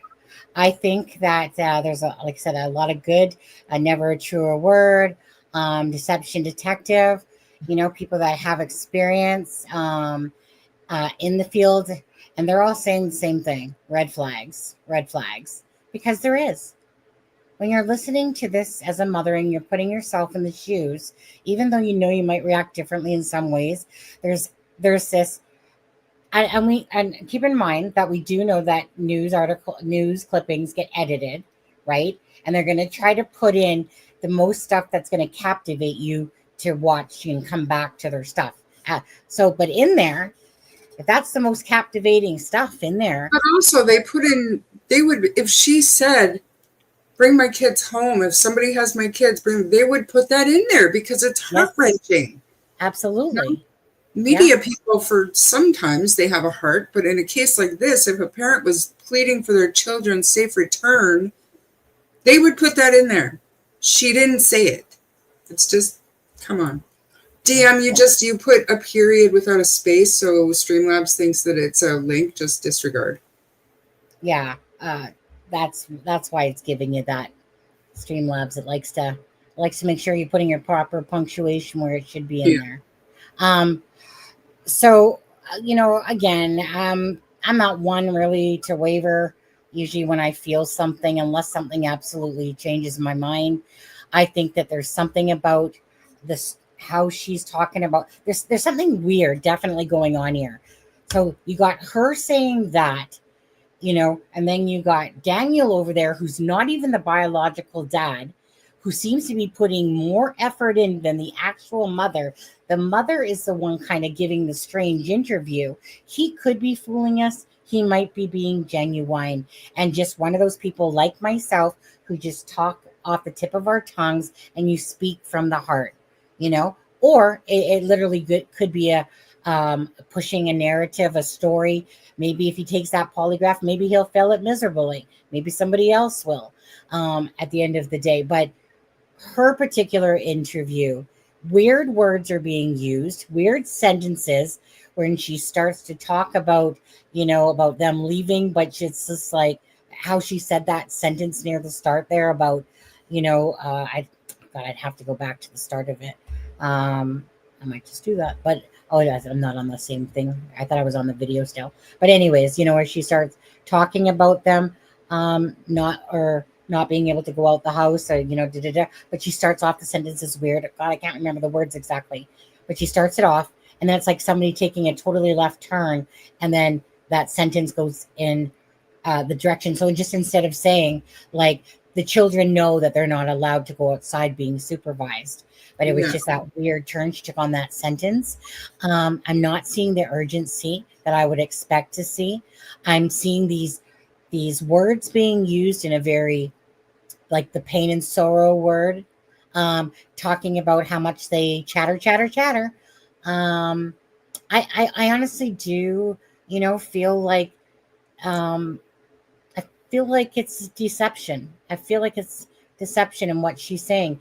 To sit there and say about a rainy day, and like basically I don't want to go another night without the kids in the bed, type of thing. Like that's just was horrible. But yet just before that, you're basically, instead of saying that, today's sunny. You know, I truly hope that the children are like these are my children are found today. Da, da, da, da, da, da, da. I don't know, but they use the word "we" a lot, the two of them. But so why would you say it was raining and then it's warm out today? You know, I Yeah, hope so maybe they're I feeling hope that okay. the kids are warm. Like, it doesn't make sense. And I mean, It doesn't. Daniel too. Some of the stuff he says, like, how do you know? Because maybe because the boots and the backpack are missing, you know that. But why are you so sure that they should have found them already? You know, I'm surprised they haven't found the backpack or the boots or the pull up yet. Like, why they haven't Yeah, found the kid yet? right So now.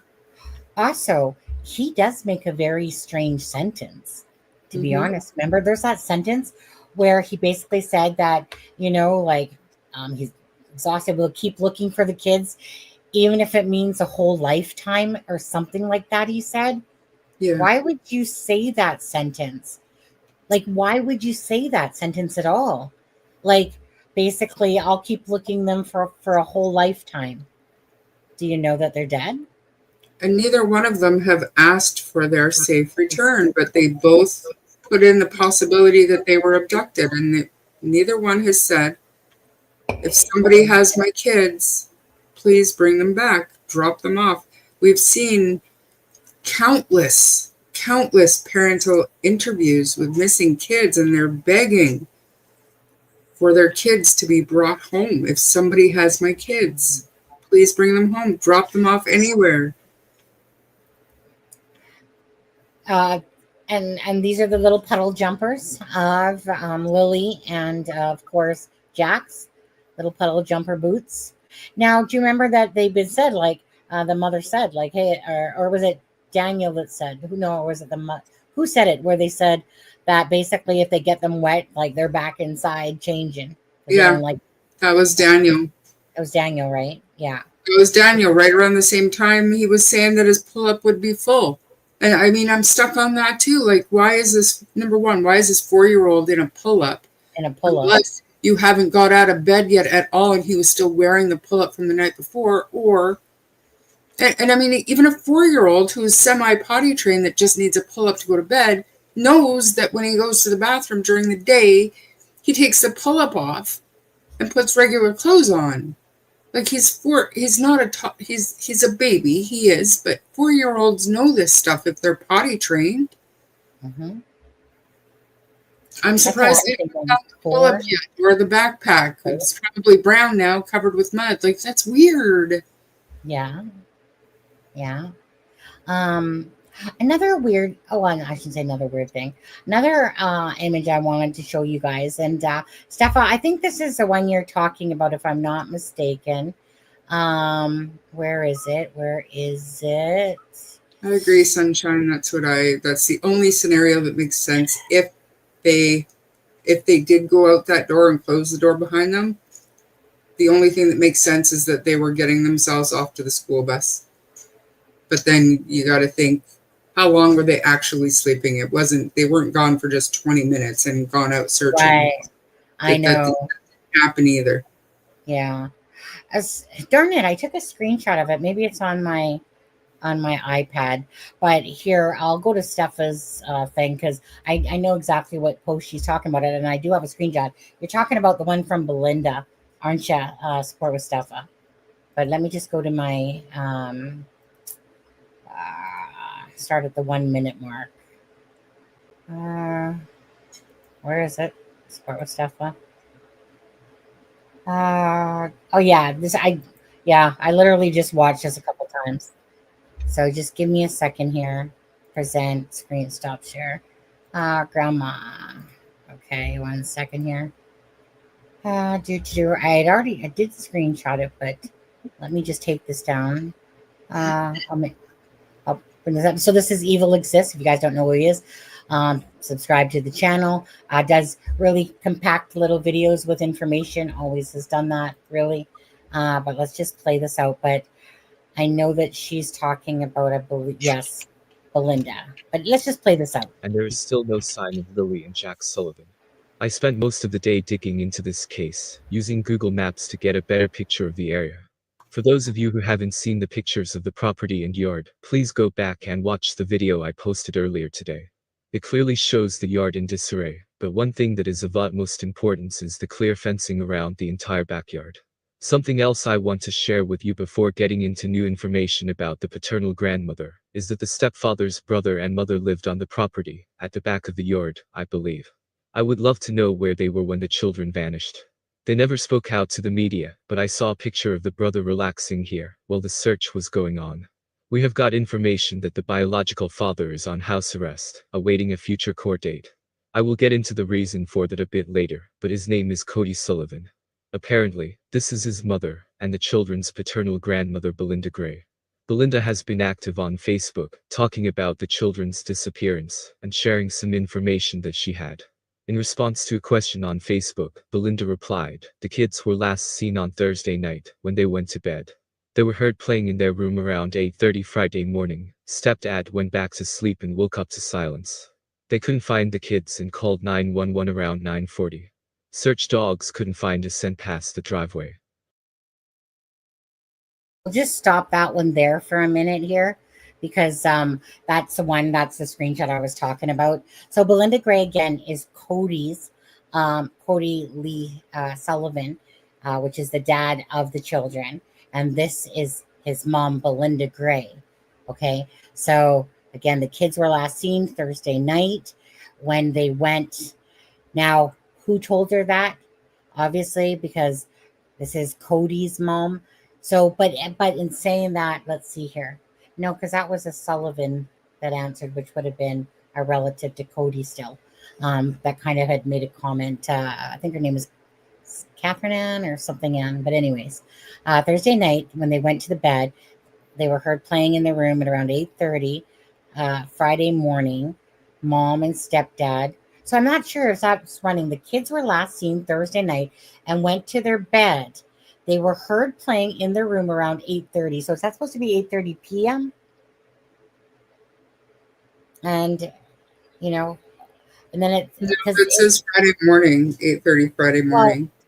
I know it's kind of like a running sentence. That's weird. Okay. So playing in their room, because I took it as 8:30 a.m. In their room around 8:30 Friday morning, mom and stepdad fell back to sleep and woke up to silence. They couldn't find the kids and called 911. And this is where I got 940 from myself, was because of this. Obviously, I'm not sure if they said it in the dispatch calls exactly what time. But anyways, I know they said like around 10, but say 9:40, 10. 9:40, search dogs couldn't find the scent past the driveway. They couldn't find the kids. So,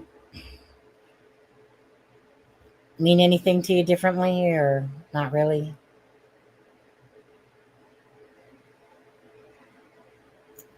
No, not at all. Yeah, I mean, Just that search dogs couldn't find a scent past the driveway kind of jives with them going down to catch the bus. But we remember they catch the bus every day. They live there. So the fact that their scent wasn't picked up outside of the yard in any direction, right. I mean, that says a lot. It really does. And I'm sure law enforcement knows it too.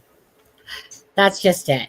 So that's why I'm not putting too much weight myself, because I feel like we're trying to be projected towards this abduction from the parents, when really that's not the true answer. And that, like, the press Not just conference, that. they were clear. Go ahead. Yeah, but not just that. Belinda Gray is Cody's mom. Mm-hmm. Cody's not involved, so she's getting her information from the people that were there who, if the story is false, have contrived the story. So, I mean, this post means less than nothing to me because she wasn't there. Correct. This is what she was told, and that's what we were all told. So, right. I mean, and that's how I see that. The dogs couldn't find a scent past the driveway. I mean, and no idea, Mama, where the dog was, and I don't know if it's true or not. That's just what I heard. 1 dog, 3 cats, and chickens. And and as for Janie McKenzie, which is Daniel's mother and say the brother, again, not everyone wants to be in the spotlight talking to interviewers and stuff like that. For all we know, when Maleha, God, I don't know. I was gonna say I'm not. When she said in hindsight, that could be. I mean, it could be because that the grandmother heard the kids. Maybe not. Maybe they did, but we would have. I think we would have heard that by now. they never mentioned that at all. Like when something's not being said, it makes you think it's suspicious because both Daniel and Maleha have not said anything about Checking the RV at all? like talking to the grandma like meaning, yeah, like all she said is that the children were slipped out the silent back door. They were playing, but we know that in hindsight, and my partner, and the way she even says that is so strange too, but partner Daniel, but there at no point is it being said by any of them besides the word hindsight, if that contributes to perhaps the other people on the property that morning. Other than that, why? Like that's something you would say, like like the grandmother heard the kids outside. That's how we know. Why aren't we hearing that? Right. Like we should be hearing that, especially from Daniel, from somebody that's talking there. Why are we not hearing that? So Right. when something's not being said, it means just as much, and that's something that's striking to me. And so that's why when you look at this whole portion, like in that point from when the children disappeared to the next day of an argument, and that this argument happening, and Maleha leaves with the child and goes off, there's something in there that's the truth. Yeah. And so, yeah, so do I kind of feel like, as much as Daniel is doing what we expect someone to do for the most part, these oddities about it are definitely why I can't even give him a pass either, because I don't know if we're being played for fools to think that he's being genuine and honest, or Yeah. or if he is, but if the press conference, and they distinctly said, they were basically like, look, okay, if we actually thought that the kids were abducted, we would have let you know. And the way he said that was basically just like that. Like, we would have told you, but we Yeah. didn't. Why? Because we don't believe the children are alive no longer. And Mhm. through the evidence, through the experts, and honestly, and it's because here you possibly have the parents trying to push that as if, like, you know what? We took the backpack, we got this going, we're trying to lean here, you guys go like towards this abduction. But this argument happens. And I think that there's something about the two of them, that there's more going on here than meets the eye of what they're trying to portray, for sure.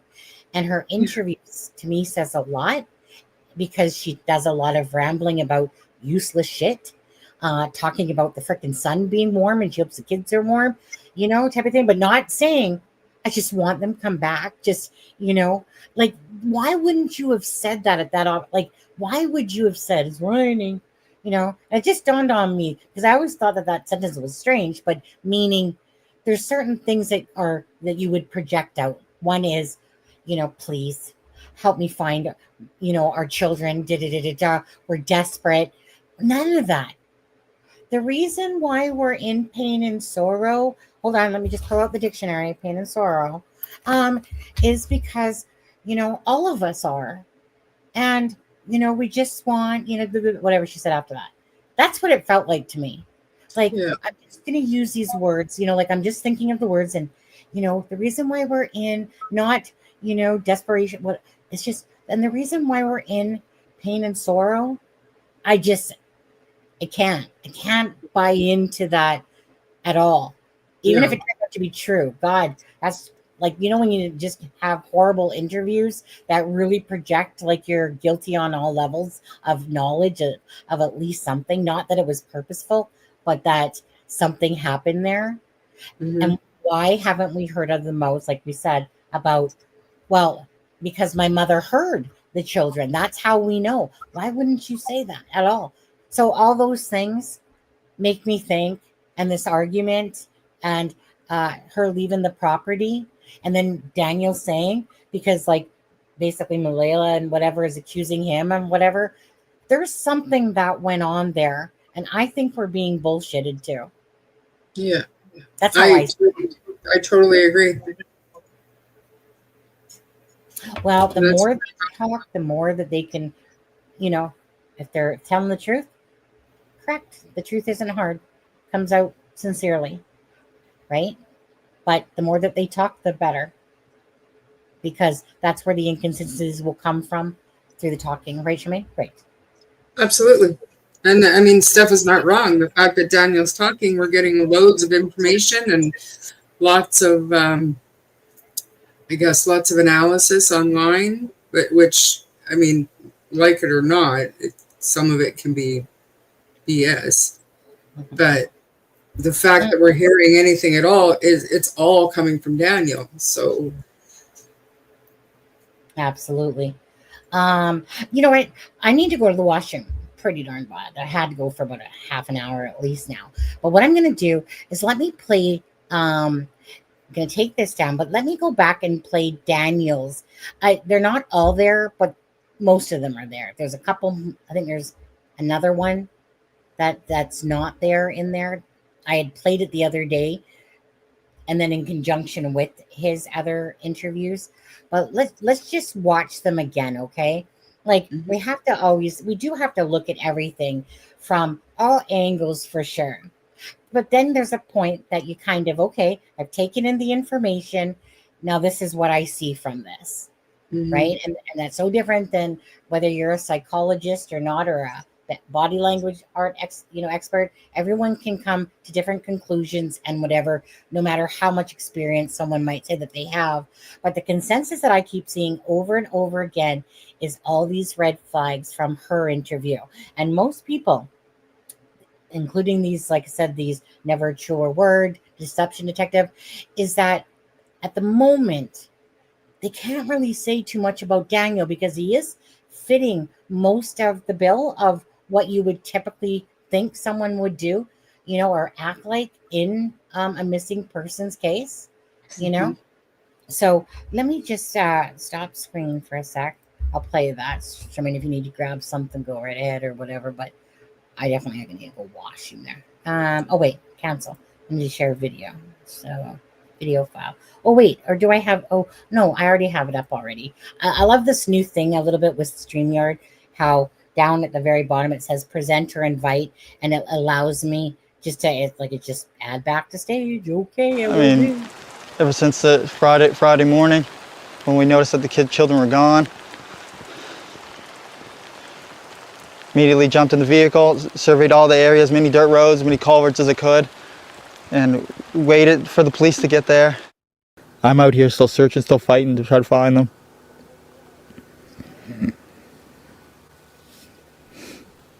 That's all I can do. The message is still, if anyone knows anything. If anybody knows anything, just come forward as soon as possible. 2 little kids are still out there. I want to find them. That's really all I can do. Still searching every day. I'm waiting for information. I have to let them do a lot of their stuff with the aircrafts and everything else, and dogs and searchers. There's a lot of stuff that needs to be coordinated, and I can't just go running through the woods. I want to, but I just can't right now because the search is just so far out. We were searching. We covered everywhere possible. Even in the first day, we did. Even with me running through the woods, I was ahead of the helicopters and ahead of the drones and stuff like that. Screaming as loud as I can, until my throat hurt. Running through water that was up to my waist. And as soon as I got back, I wasn't allowed back in the woods until a man dressed in military outfit said I could go back into the woods. 4 days into the search for his missing stepkids, Lily and Jack Sullivan, Daniel Martell is pleading with the public to keep their eyes peeled, but he has begun to lose hope they are anywhere in the vicinity. They hate being wet and cold, so they immediately would have came right back into the house. The only 2 prints are right beside the house facing the road, and then that's it. Martell wants the search to be extended to include provincial borders in case the children were abducted, a reality he says is becoming more and more likely. Post any officers they can get at the New Brunswick border, PI border, and get them at every airport possible. Martell confirmed that when the 2 children went missing from the home behind me, Lily was wearing a pink shirt and pink rain boots. She was also carrying a white backpack with strawberries on it. Martell says although he didn't see Jack that morning, he is believed to be wearing a brown shirt, brown pants with a pull-up diaper on underneath, and blue rain boots with dinosaurs on them. He also refuted the claim that the 2 children are nonverbal, saying while they are on the autism spectrum, they are quite trusting and say hi to everyone. According to Martell, his side of the family are currently the only ones at ground zero after Lily and Jack's mother left the county Saturday. But still, he remains, begging anyone with answers to come forward and bring his children home safe. Anybody who has any information, or you think you've seen something or hear something, or any messages from friends about hearing something, just contact your local police services. Anything, guys. Anything. Ella MacDonald, Global News, Lansdowne Station, Nova Scotia. You said they're flying in someone to do a polygraph test. Is that on you? That's not just on me, but on everyone. That's what I asked for. I asked for that so early on, and there's not many places that do it in Canada, so they're flying somebody in. Why do you think you need to do that? Do you think they don't believe you? I think their side of the family doesn't believe me, and I just want to clear it up for everyone. Clear it up for everyone, not just the people online making crazy accusations and everything else. What happened? So. Okay. So what he said there was their side of the family doesn't believe me. Which Right there, Stefa. Right there, little Jack's face. Look on the side of his chin. I don't know. Maybe it's a birthmark. on Jack's face, is it a shadow or an actual? Is it a shadow or is it a bruise? I don't know. Yeah. So input, you guys. Input on Daniel after watching that. What did you like and what didn't you like, Charmaine,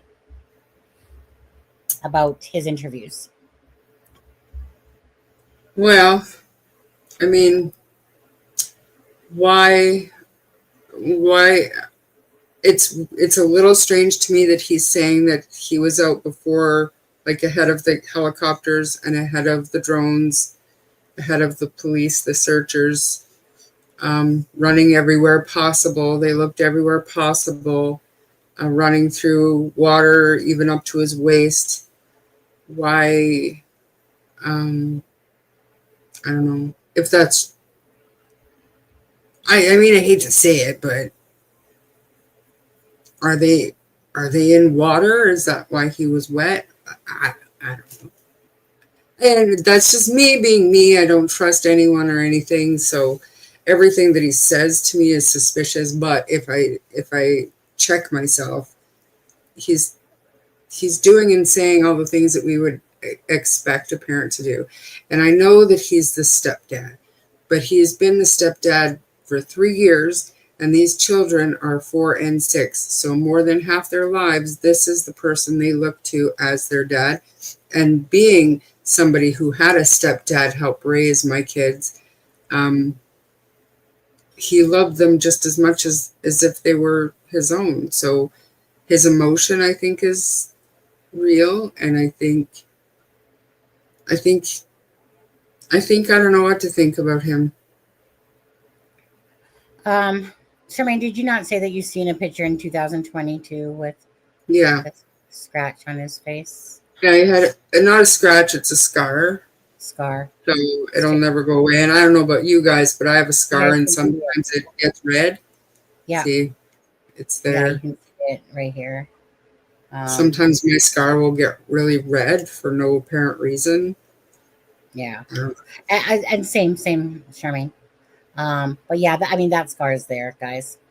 Now, the one thing that always bugs me is when they're not giving eye contact correctly, like Katie Proudfoot. And he, to me, does a lot of looking down as well when he's talking. I don't know if it's because of the lighting, but he does it pretty much every interview for the most part when he's talking. That always triggers me when I see people talking about it, and like, why do they keep looking away so much?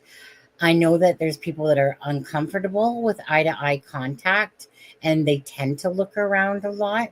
But that kind of always bugs me when I do see that. Because in this particular case, we're talking about missing children. Now, why are they accusing? If Layla are talking, do you have a hard time saying it too? Maleha? I have to think about it, but I think of Male. I don't know. I put Maui and Lay, and Mel. I know it's like Michaela. It's Mahala. Yeah. John, I was easier just saying Mahala, you know. Yeah. So if you guys hear me saying Mahala, it's because that's how it rolls off the easiest on my tongue. For some reason, I have a freaking brain block on the male. Yeah, it's not working for my tongue. Was it So- Malaya? Malaya. What's another word that rhymes with Malaya? Malaya. Can I attach it? Malaya. Okay. Practicing. Malaya. Okay. Okay.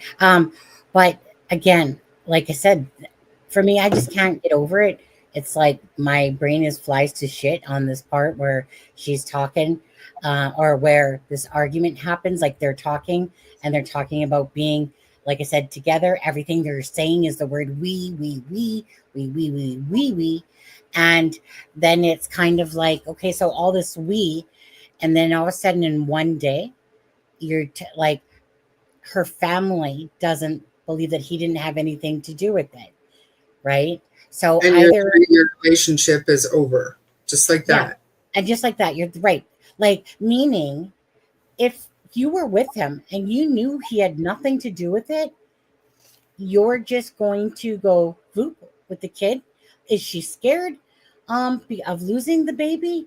Because she's just young in a sense and inexperienced and is just being pressured by the family.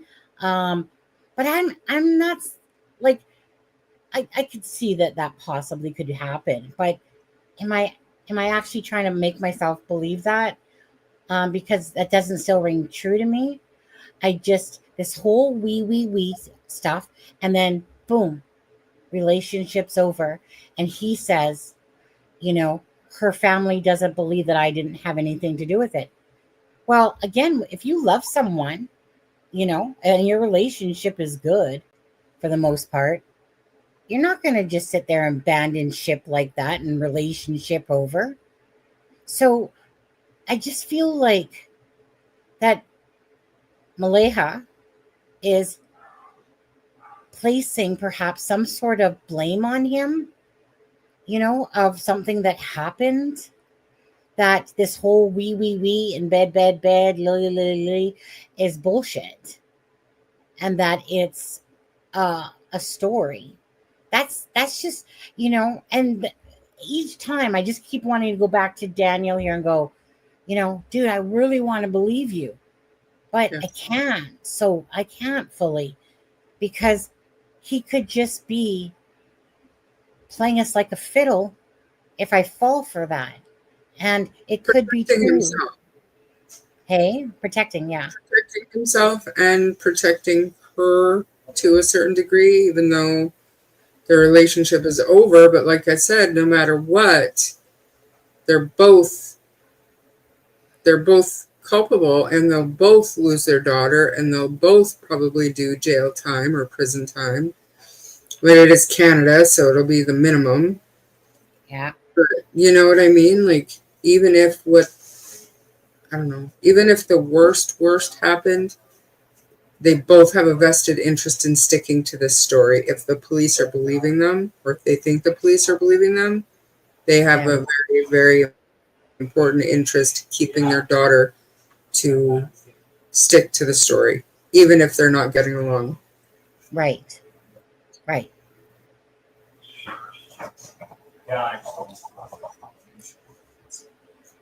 Yeah, it's just gnawing at me from this whole, why aren't we hearing about the grandma hearing the kids, or perhaps if the brother lives there too, why we're just not hearing anything about that from them, like meaning from well, Daniel, since he's the only one really talking. Cindy Murray said that they were told by the RCMP not to talk. So why, if that's the case, why is Daniel out there talking up a storm? The RCMP does not tell people not to talk to the media. They encourage it. I could see not talking to social media, but if you have missing kids, they encourage you talking to the media. But they'll also say you're not obligated to do so. But they don't tell them not to talk. They don't. No. The police love when people talk. But people will twist it to what works for them as well, like which Christopher Proudfoot does, all the time. Uses the LE there in Hendersonville to basically say, like, I can't talk about this, and you're just like, shut the front door, dude.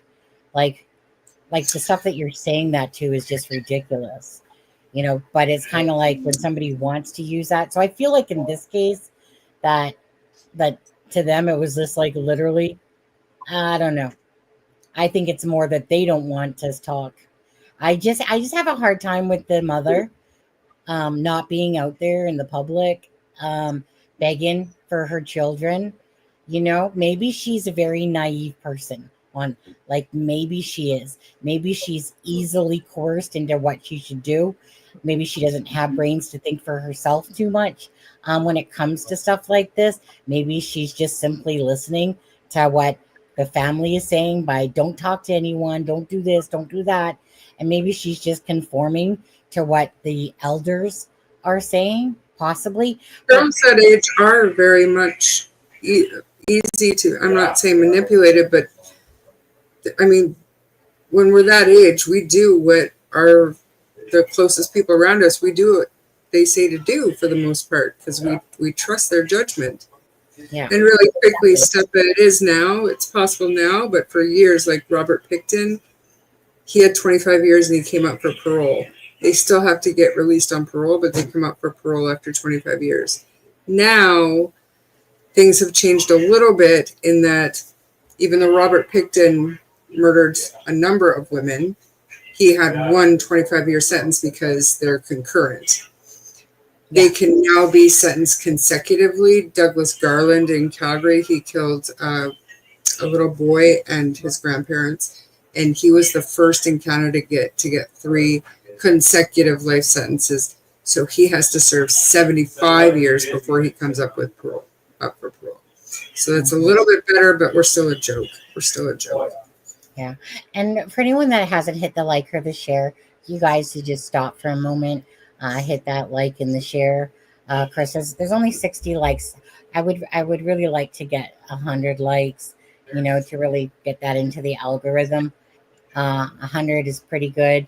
But we're only at 60 likes, and there's been 1,032 views of people coming in here of this. So anyways, if you guys could do that, if you're having it, that would be awesome. Okay, do it for the children. Hi, Justice Jane, how are you?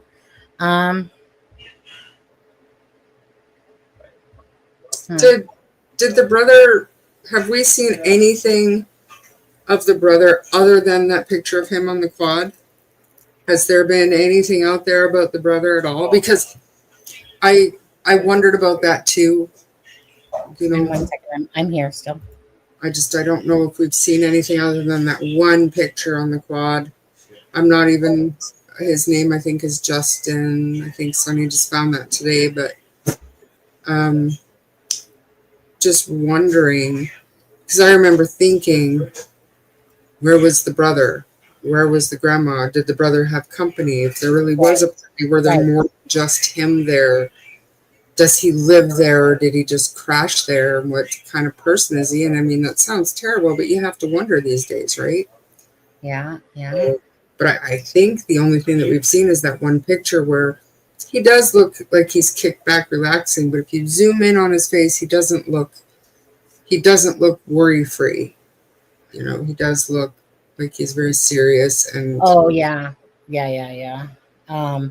Well, you know, I mean, what is someone supposed to like look like a certain way every single time, right? Mhm. You know, when it comes to pictures and stuff like that. Again, it says that they're waiting for an update. I mean, basically, just hanging out in a sense, waiting to hear. Um, but again, I'm just curious about the whole grandma that lives on the property. She would have heard the kids.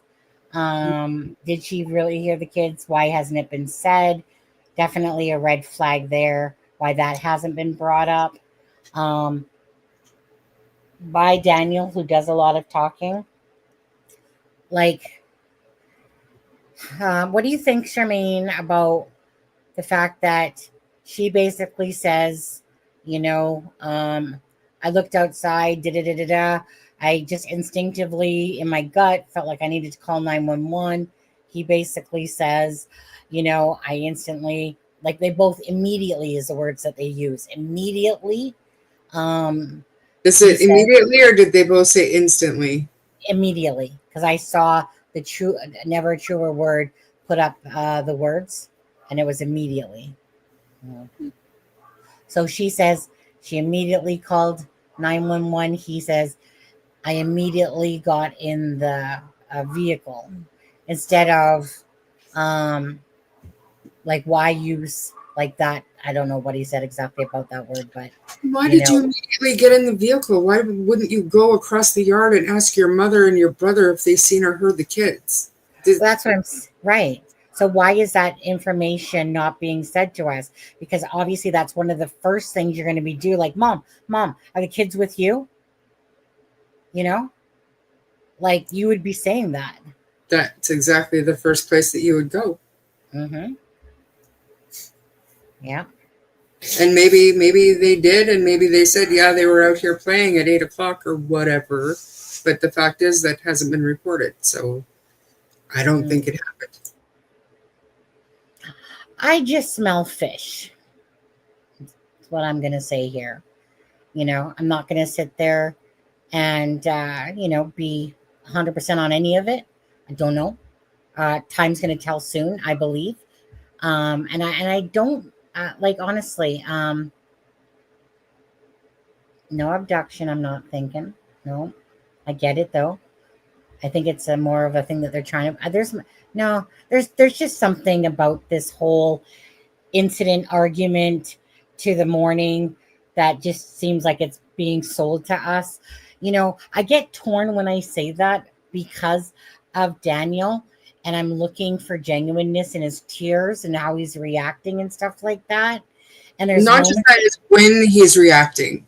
yes, yeah, When in the interview he's reacting, like the one that kind of, I don't know, it made me really feel for him when he's talking and he said the man in the camo or whatever told me he could go back in. That's what yeah, he got emotional about. That was, yeah, it felt yeah, for him because as a man you would feel like there's this military man and he has to give me permission to go look for my kids, yeah. and that would make a man emotional. That struck me. But the other one, can't remember what it was, but the other one I was like, all right. I know, I know, I know. And that, but come on, there's only so many options here, right? They Two, scale. in my opinion, two. Yeah. I mean, like I said, there's the Cellbrite information. Um, there's going to be Mm. a lot of stuff that's going to be found, regardless about, you know, the truth of that day movement, phone movement, um, you know, just everything really to do with vehicles, to do with, you know, I mean, like I said, it's not like we're not talking about freaking tons of homes here. You know, I'm sure there's probably not this huge amount of cell phone data from other phones in the area that particular time. You know, I'm sure it's not going to be a huge amount considering where they live in that section there. So I'm not sure where, obviously, I'm not like the cell tower, I guess, probably. Well, I guess it depends where the cell tower is, I guess, which would depend on that. What do they call it? The triangulation or whatever. But I just feel like in the next coming days, for sure, I just feel like that there's going to be a, like, Something once they get yeah, the cell phone data, and I mean, if the parents are being dishonest, that cell phone data, I think, and the internet is gonna it's gonna tell a story. And here's the difference between Canada and the States: if and when that say the cell phone pings don't line up with what they're saying or whatever, right. that's something that we will hear about from the RCMP. It's not going to be exactly what it is, but they will allude to the fact that they found something in that cellular data. Whereas, like, I think in the States, you kind of have to wait for court filings and stuff. And then once it's public record, it's the same here. It's public record. But we pay per word to get this stuff. Like, we tried to get the Paul Bernardo trial transcript, and it was something ridiculous, like 17 or 13 cents per word. $13,000 to get the whole trial transcript. Yeah. So Wait, they make it very difficult. Yeah. Yeah. I had a thought. That picture right there with the little bucket on the mound, that one breaks my heart. Just seeing it like that. I mean, the children, let alone.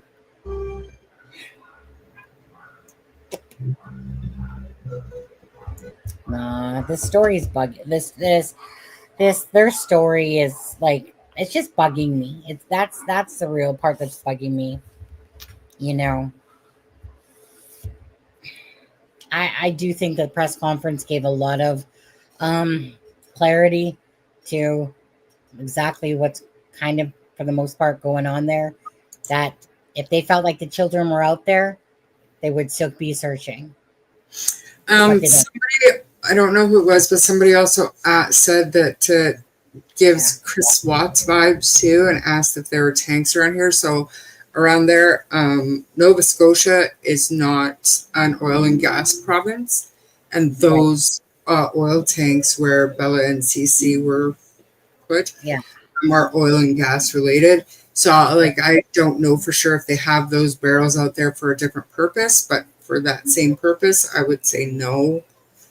No. That was actually sad too. Like, so when they were doing the search, if you guys were listening to Plunder, so the first time it ended up being that they saw two, heat things and from the drone, and the first two ended up being swans, black swans. Yeah, and then the second time that they thought that there was some hope ended up being two drums. Oh, really? Yeah, two oil drum. You know, those. Just those barrels. Barrels, yeah. You know, but they said that they scaled back because if they felt like they were out there, like in the woods, that they would still do it, but they don't. And I mean, he was clearly asked, "Do you think the children, like about the children being alive?" And he said no. And that he just went on to say that the experts and all the information is not pointing that way. That again, if we had the information, we would have put it out to you about abduction. That we would have given you that, and you can see how he actually said that, which was like basically like, look, if we had that information, we would have given it to you, but we don't, and we don't believe it. So I think that is very telling, to be honest with you, on I think what's going on right now. And I think that's why I think that it's gonna the tower is gonna crumble, and we're going to be I feel like hearing an update soon about this case, and where those children are that they feel aren't alive. That's the part I have a hard time even trying to enter my brain, is that we're talking about a case. It's very, very sad, but I hate going to the thought that I know that this is real, that these children were alive, say, and perhaps not alive right now. And it's just so tragic to even think about, because you see these smiley faces, you know that they didn't deserve whatever it is that has happened to them regardless. And these are real people's lives being impacted. Still though, what bugs me is this. What bugs me is when a family member cannot be asked to use their own freaking Facebook as awareness. Like, meaning, if you're so hell-bent on wanting to voice the fact that you're a family member, you know, I'm not exactly seeing any posts going, I pray that they find the kids today. It's almost like, oh yeah, I'm the auntie, I'm the, this person. And then there's like that one post about the 4th of May. And then nothing really geared towards talking about the kids. And you want to call yourselves family members that care? Shut the front door on that crap. I'm sorry.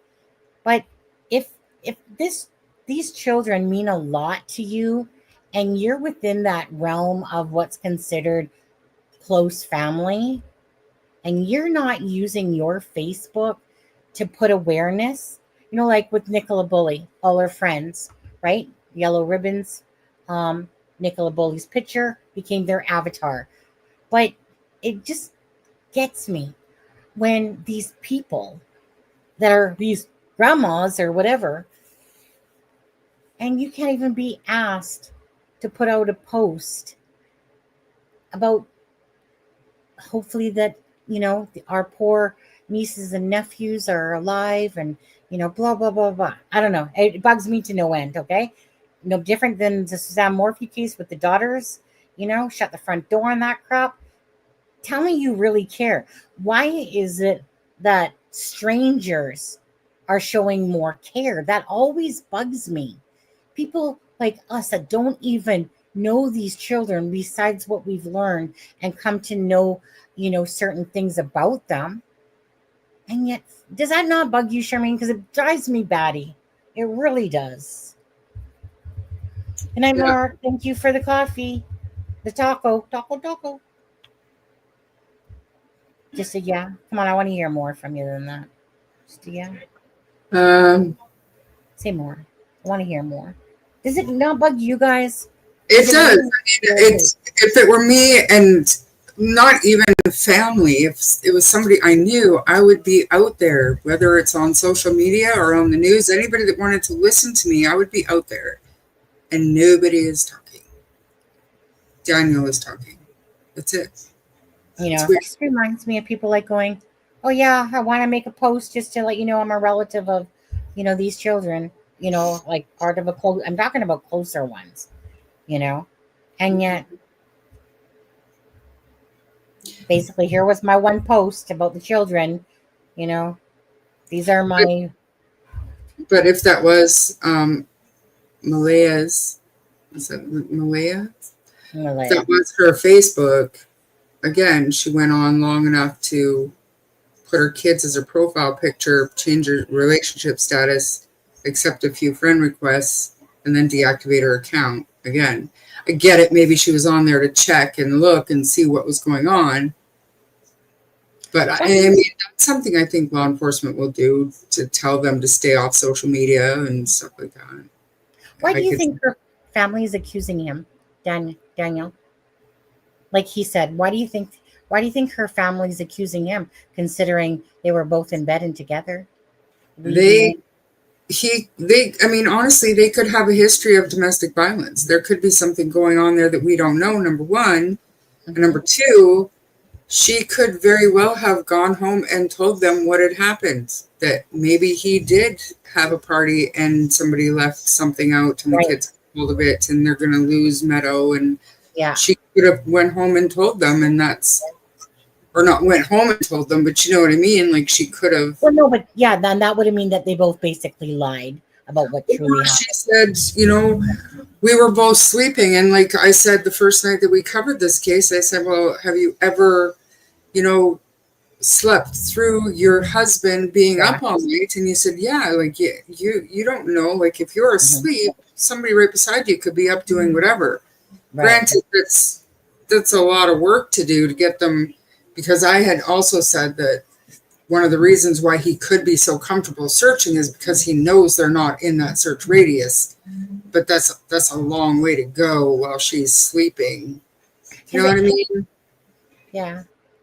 Like, meaning, at the end of the day, between the two of them, they simply basically made it sound and like, you know, like he was up, she was up, you know, type of thing. Baby was in the bed, you know, da-da-da-da-da. I mean, then it really comes off that they simply were lying. And again, I absolutely do believe it could have possibly been because perhaps drugs were left out. Maybe there was the party the night before. What do they have to lose? They're going to lose the child anyway. They're going to go do jail time. Why not concoct a story if they had something to do with it? Because what do they got to lose? Nothing. That's right. And then If they did do something. the only way that they're going to turn on each other is if the police say, well, you're only going to get, and I mean, I know this from experience, if you commit a crime, accidental or not, we even say accidental, there's a minimum sentences for neglect, homicide, manslaughter, whatever kind of crime it is, there's a minimum sentence set for that. So instead of going for 25 years, the police could say, like, look at Carla Homolka. We'll give you 10 years. You tell us what happened. 10 years, you'll be out in 6. That could be something that's happening. To me, that's the only way that one or both will talk, is if they get a deal. Yeah. If it's not true, like maybe they got out that silent door, got themselves dressed, grabbed the backpacks and the boots, and headed out to the end of the driveway where the bus was supposed to pick them up.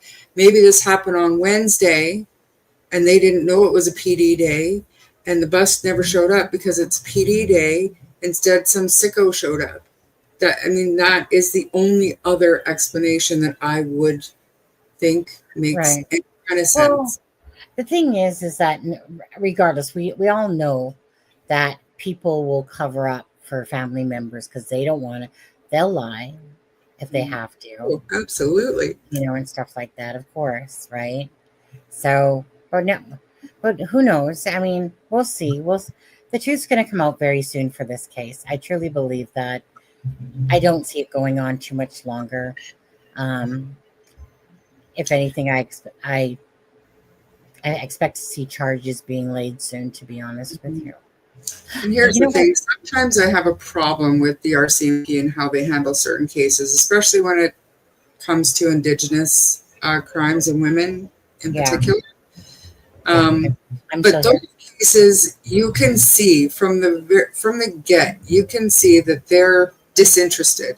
They're putting the crime off or the disappearance off as, oh, it's runaway, oh, this, oh, that, whatever. And they're not investigating it as it should be investigated. The difference here, in my opinion, is they had the serious, whatever it's called. Why can't I ever remember what they're called?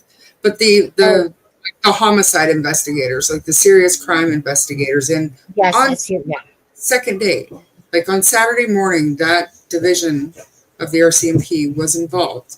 That is taking this seriously and investigating all different aspects. And once the RCMP are onto something, they will solve it. Like, I'll give them that. I will give them that. They know how to investigate when they choose to investigate. So right. That's why I think this will be solved soon. Right. Very soon. Yeah. Because Charmaine, just quickly speak out about the what's it called? The heart was it heart the heart to heart highway or the what do you call it? What's it Highway called? of Tears. Highway of Tears. Yeah. Just quickly explain to people about that here in Canada. Okay, so for those who don't know, there is a highway. It's called the Yellowhead Highway, but it's Highway 16, I believe. But it runs from Saskatchewan all the way through, and it goes all the way down to Vancouver at some point. But anyways, there's a string of disappearances that have been going on for decades. And the last article I read, we were actually working on a podcast episode, and it just got so big and monstrous that we haven't put it all together yet. But 84 women are still missing. And they finally, they won't say that it's one person responsible for all disappearances, but it's this highway, this stretch of highway where Indigenous women, mostly Indigenous women or SEX workers will, hitchhike and never to be seen again. Some remains have been found, but most haven't. They're just gone. They're just missing. And finally, the RCMP agreed that they have a SK on their hands. Now, they will not admit that all 82 or 84, I can't remember what I just said, cases are related, but because they all go missing from the same stretch of road, they call it the Highway of Tears. And if you drive down the Highway of Tears, which goes all the way to Prince George and then down, but even where I live half the time in Fox Creek in Alberta, it's right by Highway 16. They've got the biggest billboards. Like, I've been through Idaho and Spokane and everything, and you guys have big billboards. We have bigger billboards, and they have so many billboards that are dedicated to all of these missing women, and it's missing and murdered Indigenous women. And there's actually, if you guys listen to podcasts and if you're interested in that case, go find the podcast called True North True Crime, and all of their cases for the first two seasons were dedicated to the missing and murdered Indigenous women. Not all the Highway of Tears, but all BC and Alberta and Saskatchewan based, and you could tie them all in. There's also other people, like, well, I won't mention names, but the one name was Cody Lejabakov. He was Canada's youngest serial killer, and he was hunting on, what is the old social media thing before Facebook, before Yahoo, ICQ, Yahoo, ICQ, but it was a MySpace. MySpace. Right, he had MySpace, and he would meet girls on MySpace, and I think he had 4 women but it was the same stretch of road. So more than one person obviously is using that as their hunting ground, but I mean, so many decades long, so many women are still missing. And like I said, that once you look into the case, it becomes this huge, there's no possible way you're going to fit into 1 or 2 episodes. You're looking at 1 or 2 seasons just to graze over it, right? So it's huge and sad. And a perfect example of how the RCMP discriminates almost. They see an Indigenous woman, they think intoxicated, they think maybe drug addict, they think SEX worker, and they don't take those disappearances seriously. In recent years, they have been more so, but still not where it needs to be, for sure. But it's a big one in Canada, probably the biggest in Canada. Yeah, to be honest with you.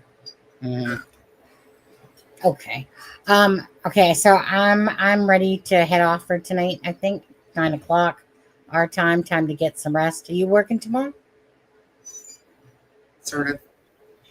I do Same. my work from home thing, Yeah. and it usually takes me a couple hours in the morning to get everything done, and then I'm out at the property helping build the house. And tomorrow I have to go to the vet to get my dog a new doctor because he has Addison's disease, but it's very well controlled. But he needs a vet here in BC, so that's my mission for tomorrow. Okay. Okay. So you guys, thank you for joining us. If you haven't hit the like, please hit that like and the share. Keep the attention focused on Lily and Jack Sullivan. Again, Sebastian Rogers' case, very near and dear to this channel's heart, and a case that's, again, kind of had taken over the other, what do you want to call it, YouTube channels as well. Not as much as it was before, but it's a very interesting case if anyone wants to follow Sebastian Rogers' case. Other than that, I want everyone, I hope you guys had a wonderful Mother's Day today. Bless and thank you guys for joining us today. I'd And like thank to you. say one last thing about this, Yeah, absolutely. because in very short order, mainstream media is going to maybe not forget about this case, but it's not going to be a headline anymore. And that's why it's so important that social media keeps it alive, keeps their faces out there. So yeah, like and share the stream. Take the poster. I'm sure Sunny can post it somewhere for everybody. Share the poster, because you never know if they were taken. You never know. So it can't hurt. So Absolutely. Even though I do think that this case is going to be, I feel like this case is going to have answers to it soon. absolutely me too. But like I said, But it's a matter of time before the important. media stops covering it. So social media has got to keep on it. Yeah. Yep. So again, appreciate you guys all. Thank you for anybody that subscribed to the channel. Thank you for joining us. You guys have yourself a wonderful evening, and we'll see what updates come out with regards to this case. Other than that, thank you very much. And Melissa, if you're hiding out there still, happy Mother's Day. And that's about it, I think, Charmaine, for tonight. Yep. You bet. We'll talk tomorrow. Okay. You want? Oh wait, I'm getting a part. Charmaine said she sent me a gift that I'm gonna get tomorrow. Yeah, it's a day late. You're kind of like my mom. I feel like you're my mom. I'm kidding. I just feel like no. I'm just all I'm thinking of is, what did you send me? Just tell me now, so I don't. I'm not going to know. send you. I'm not going to tell you. You'll see when it gets there. And Then Charmaine, how old are you gonna turn in 8 days? 51. Yeah, July 3rd is my 56th birthday. Whatever. That's crazy. Hey? That's crazy. Like, I can't believe I'm 51. Where does the time go? I know. Like the hair wants to get thinner, the eyes want to go and stuff like that. But yeah, it's called aging. Sucks, but whatever.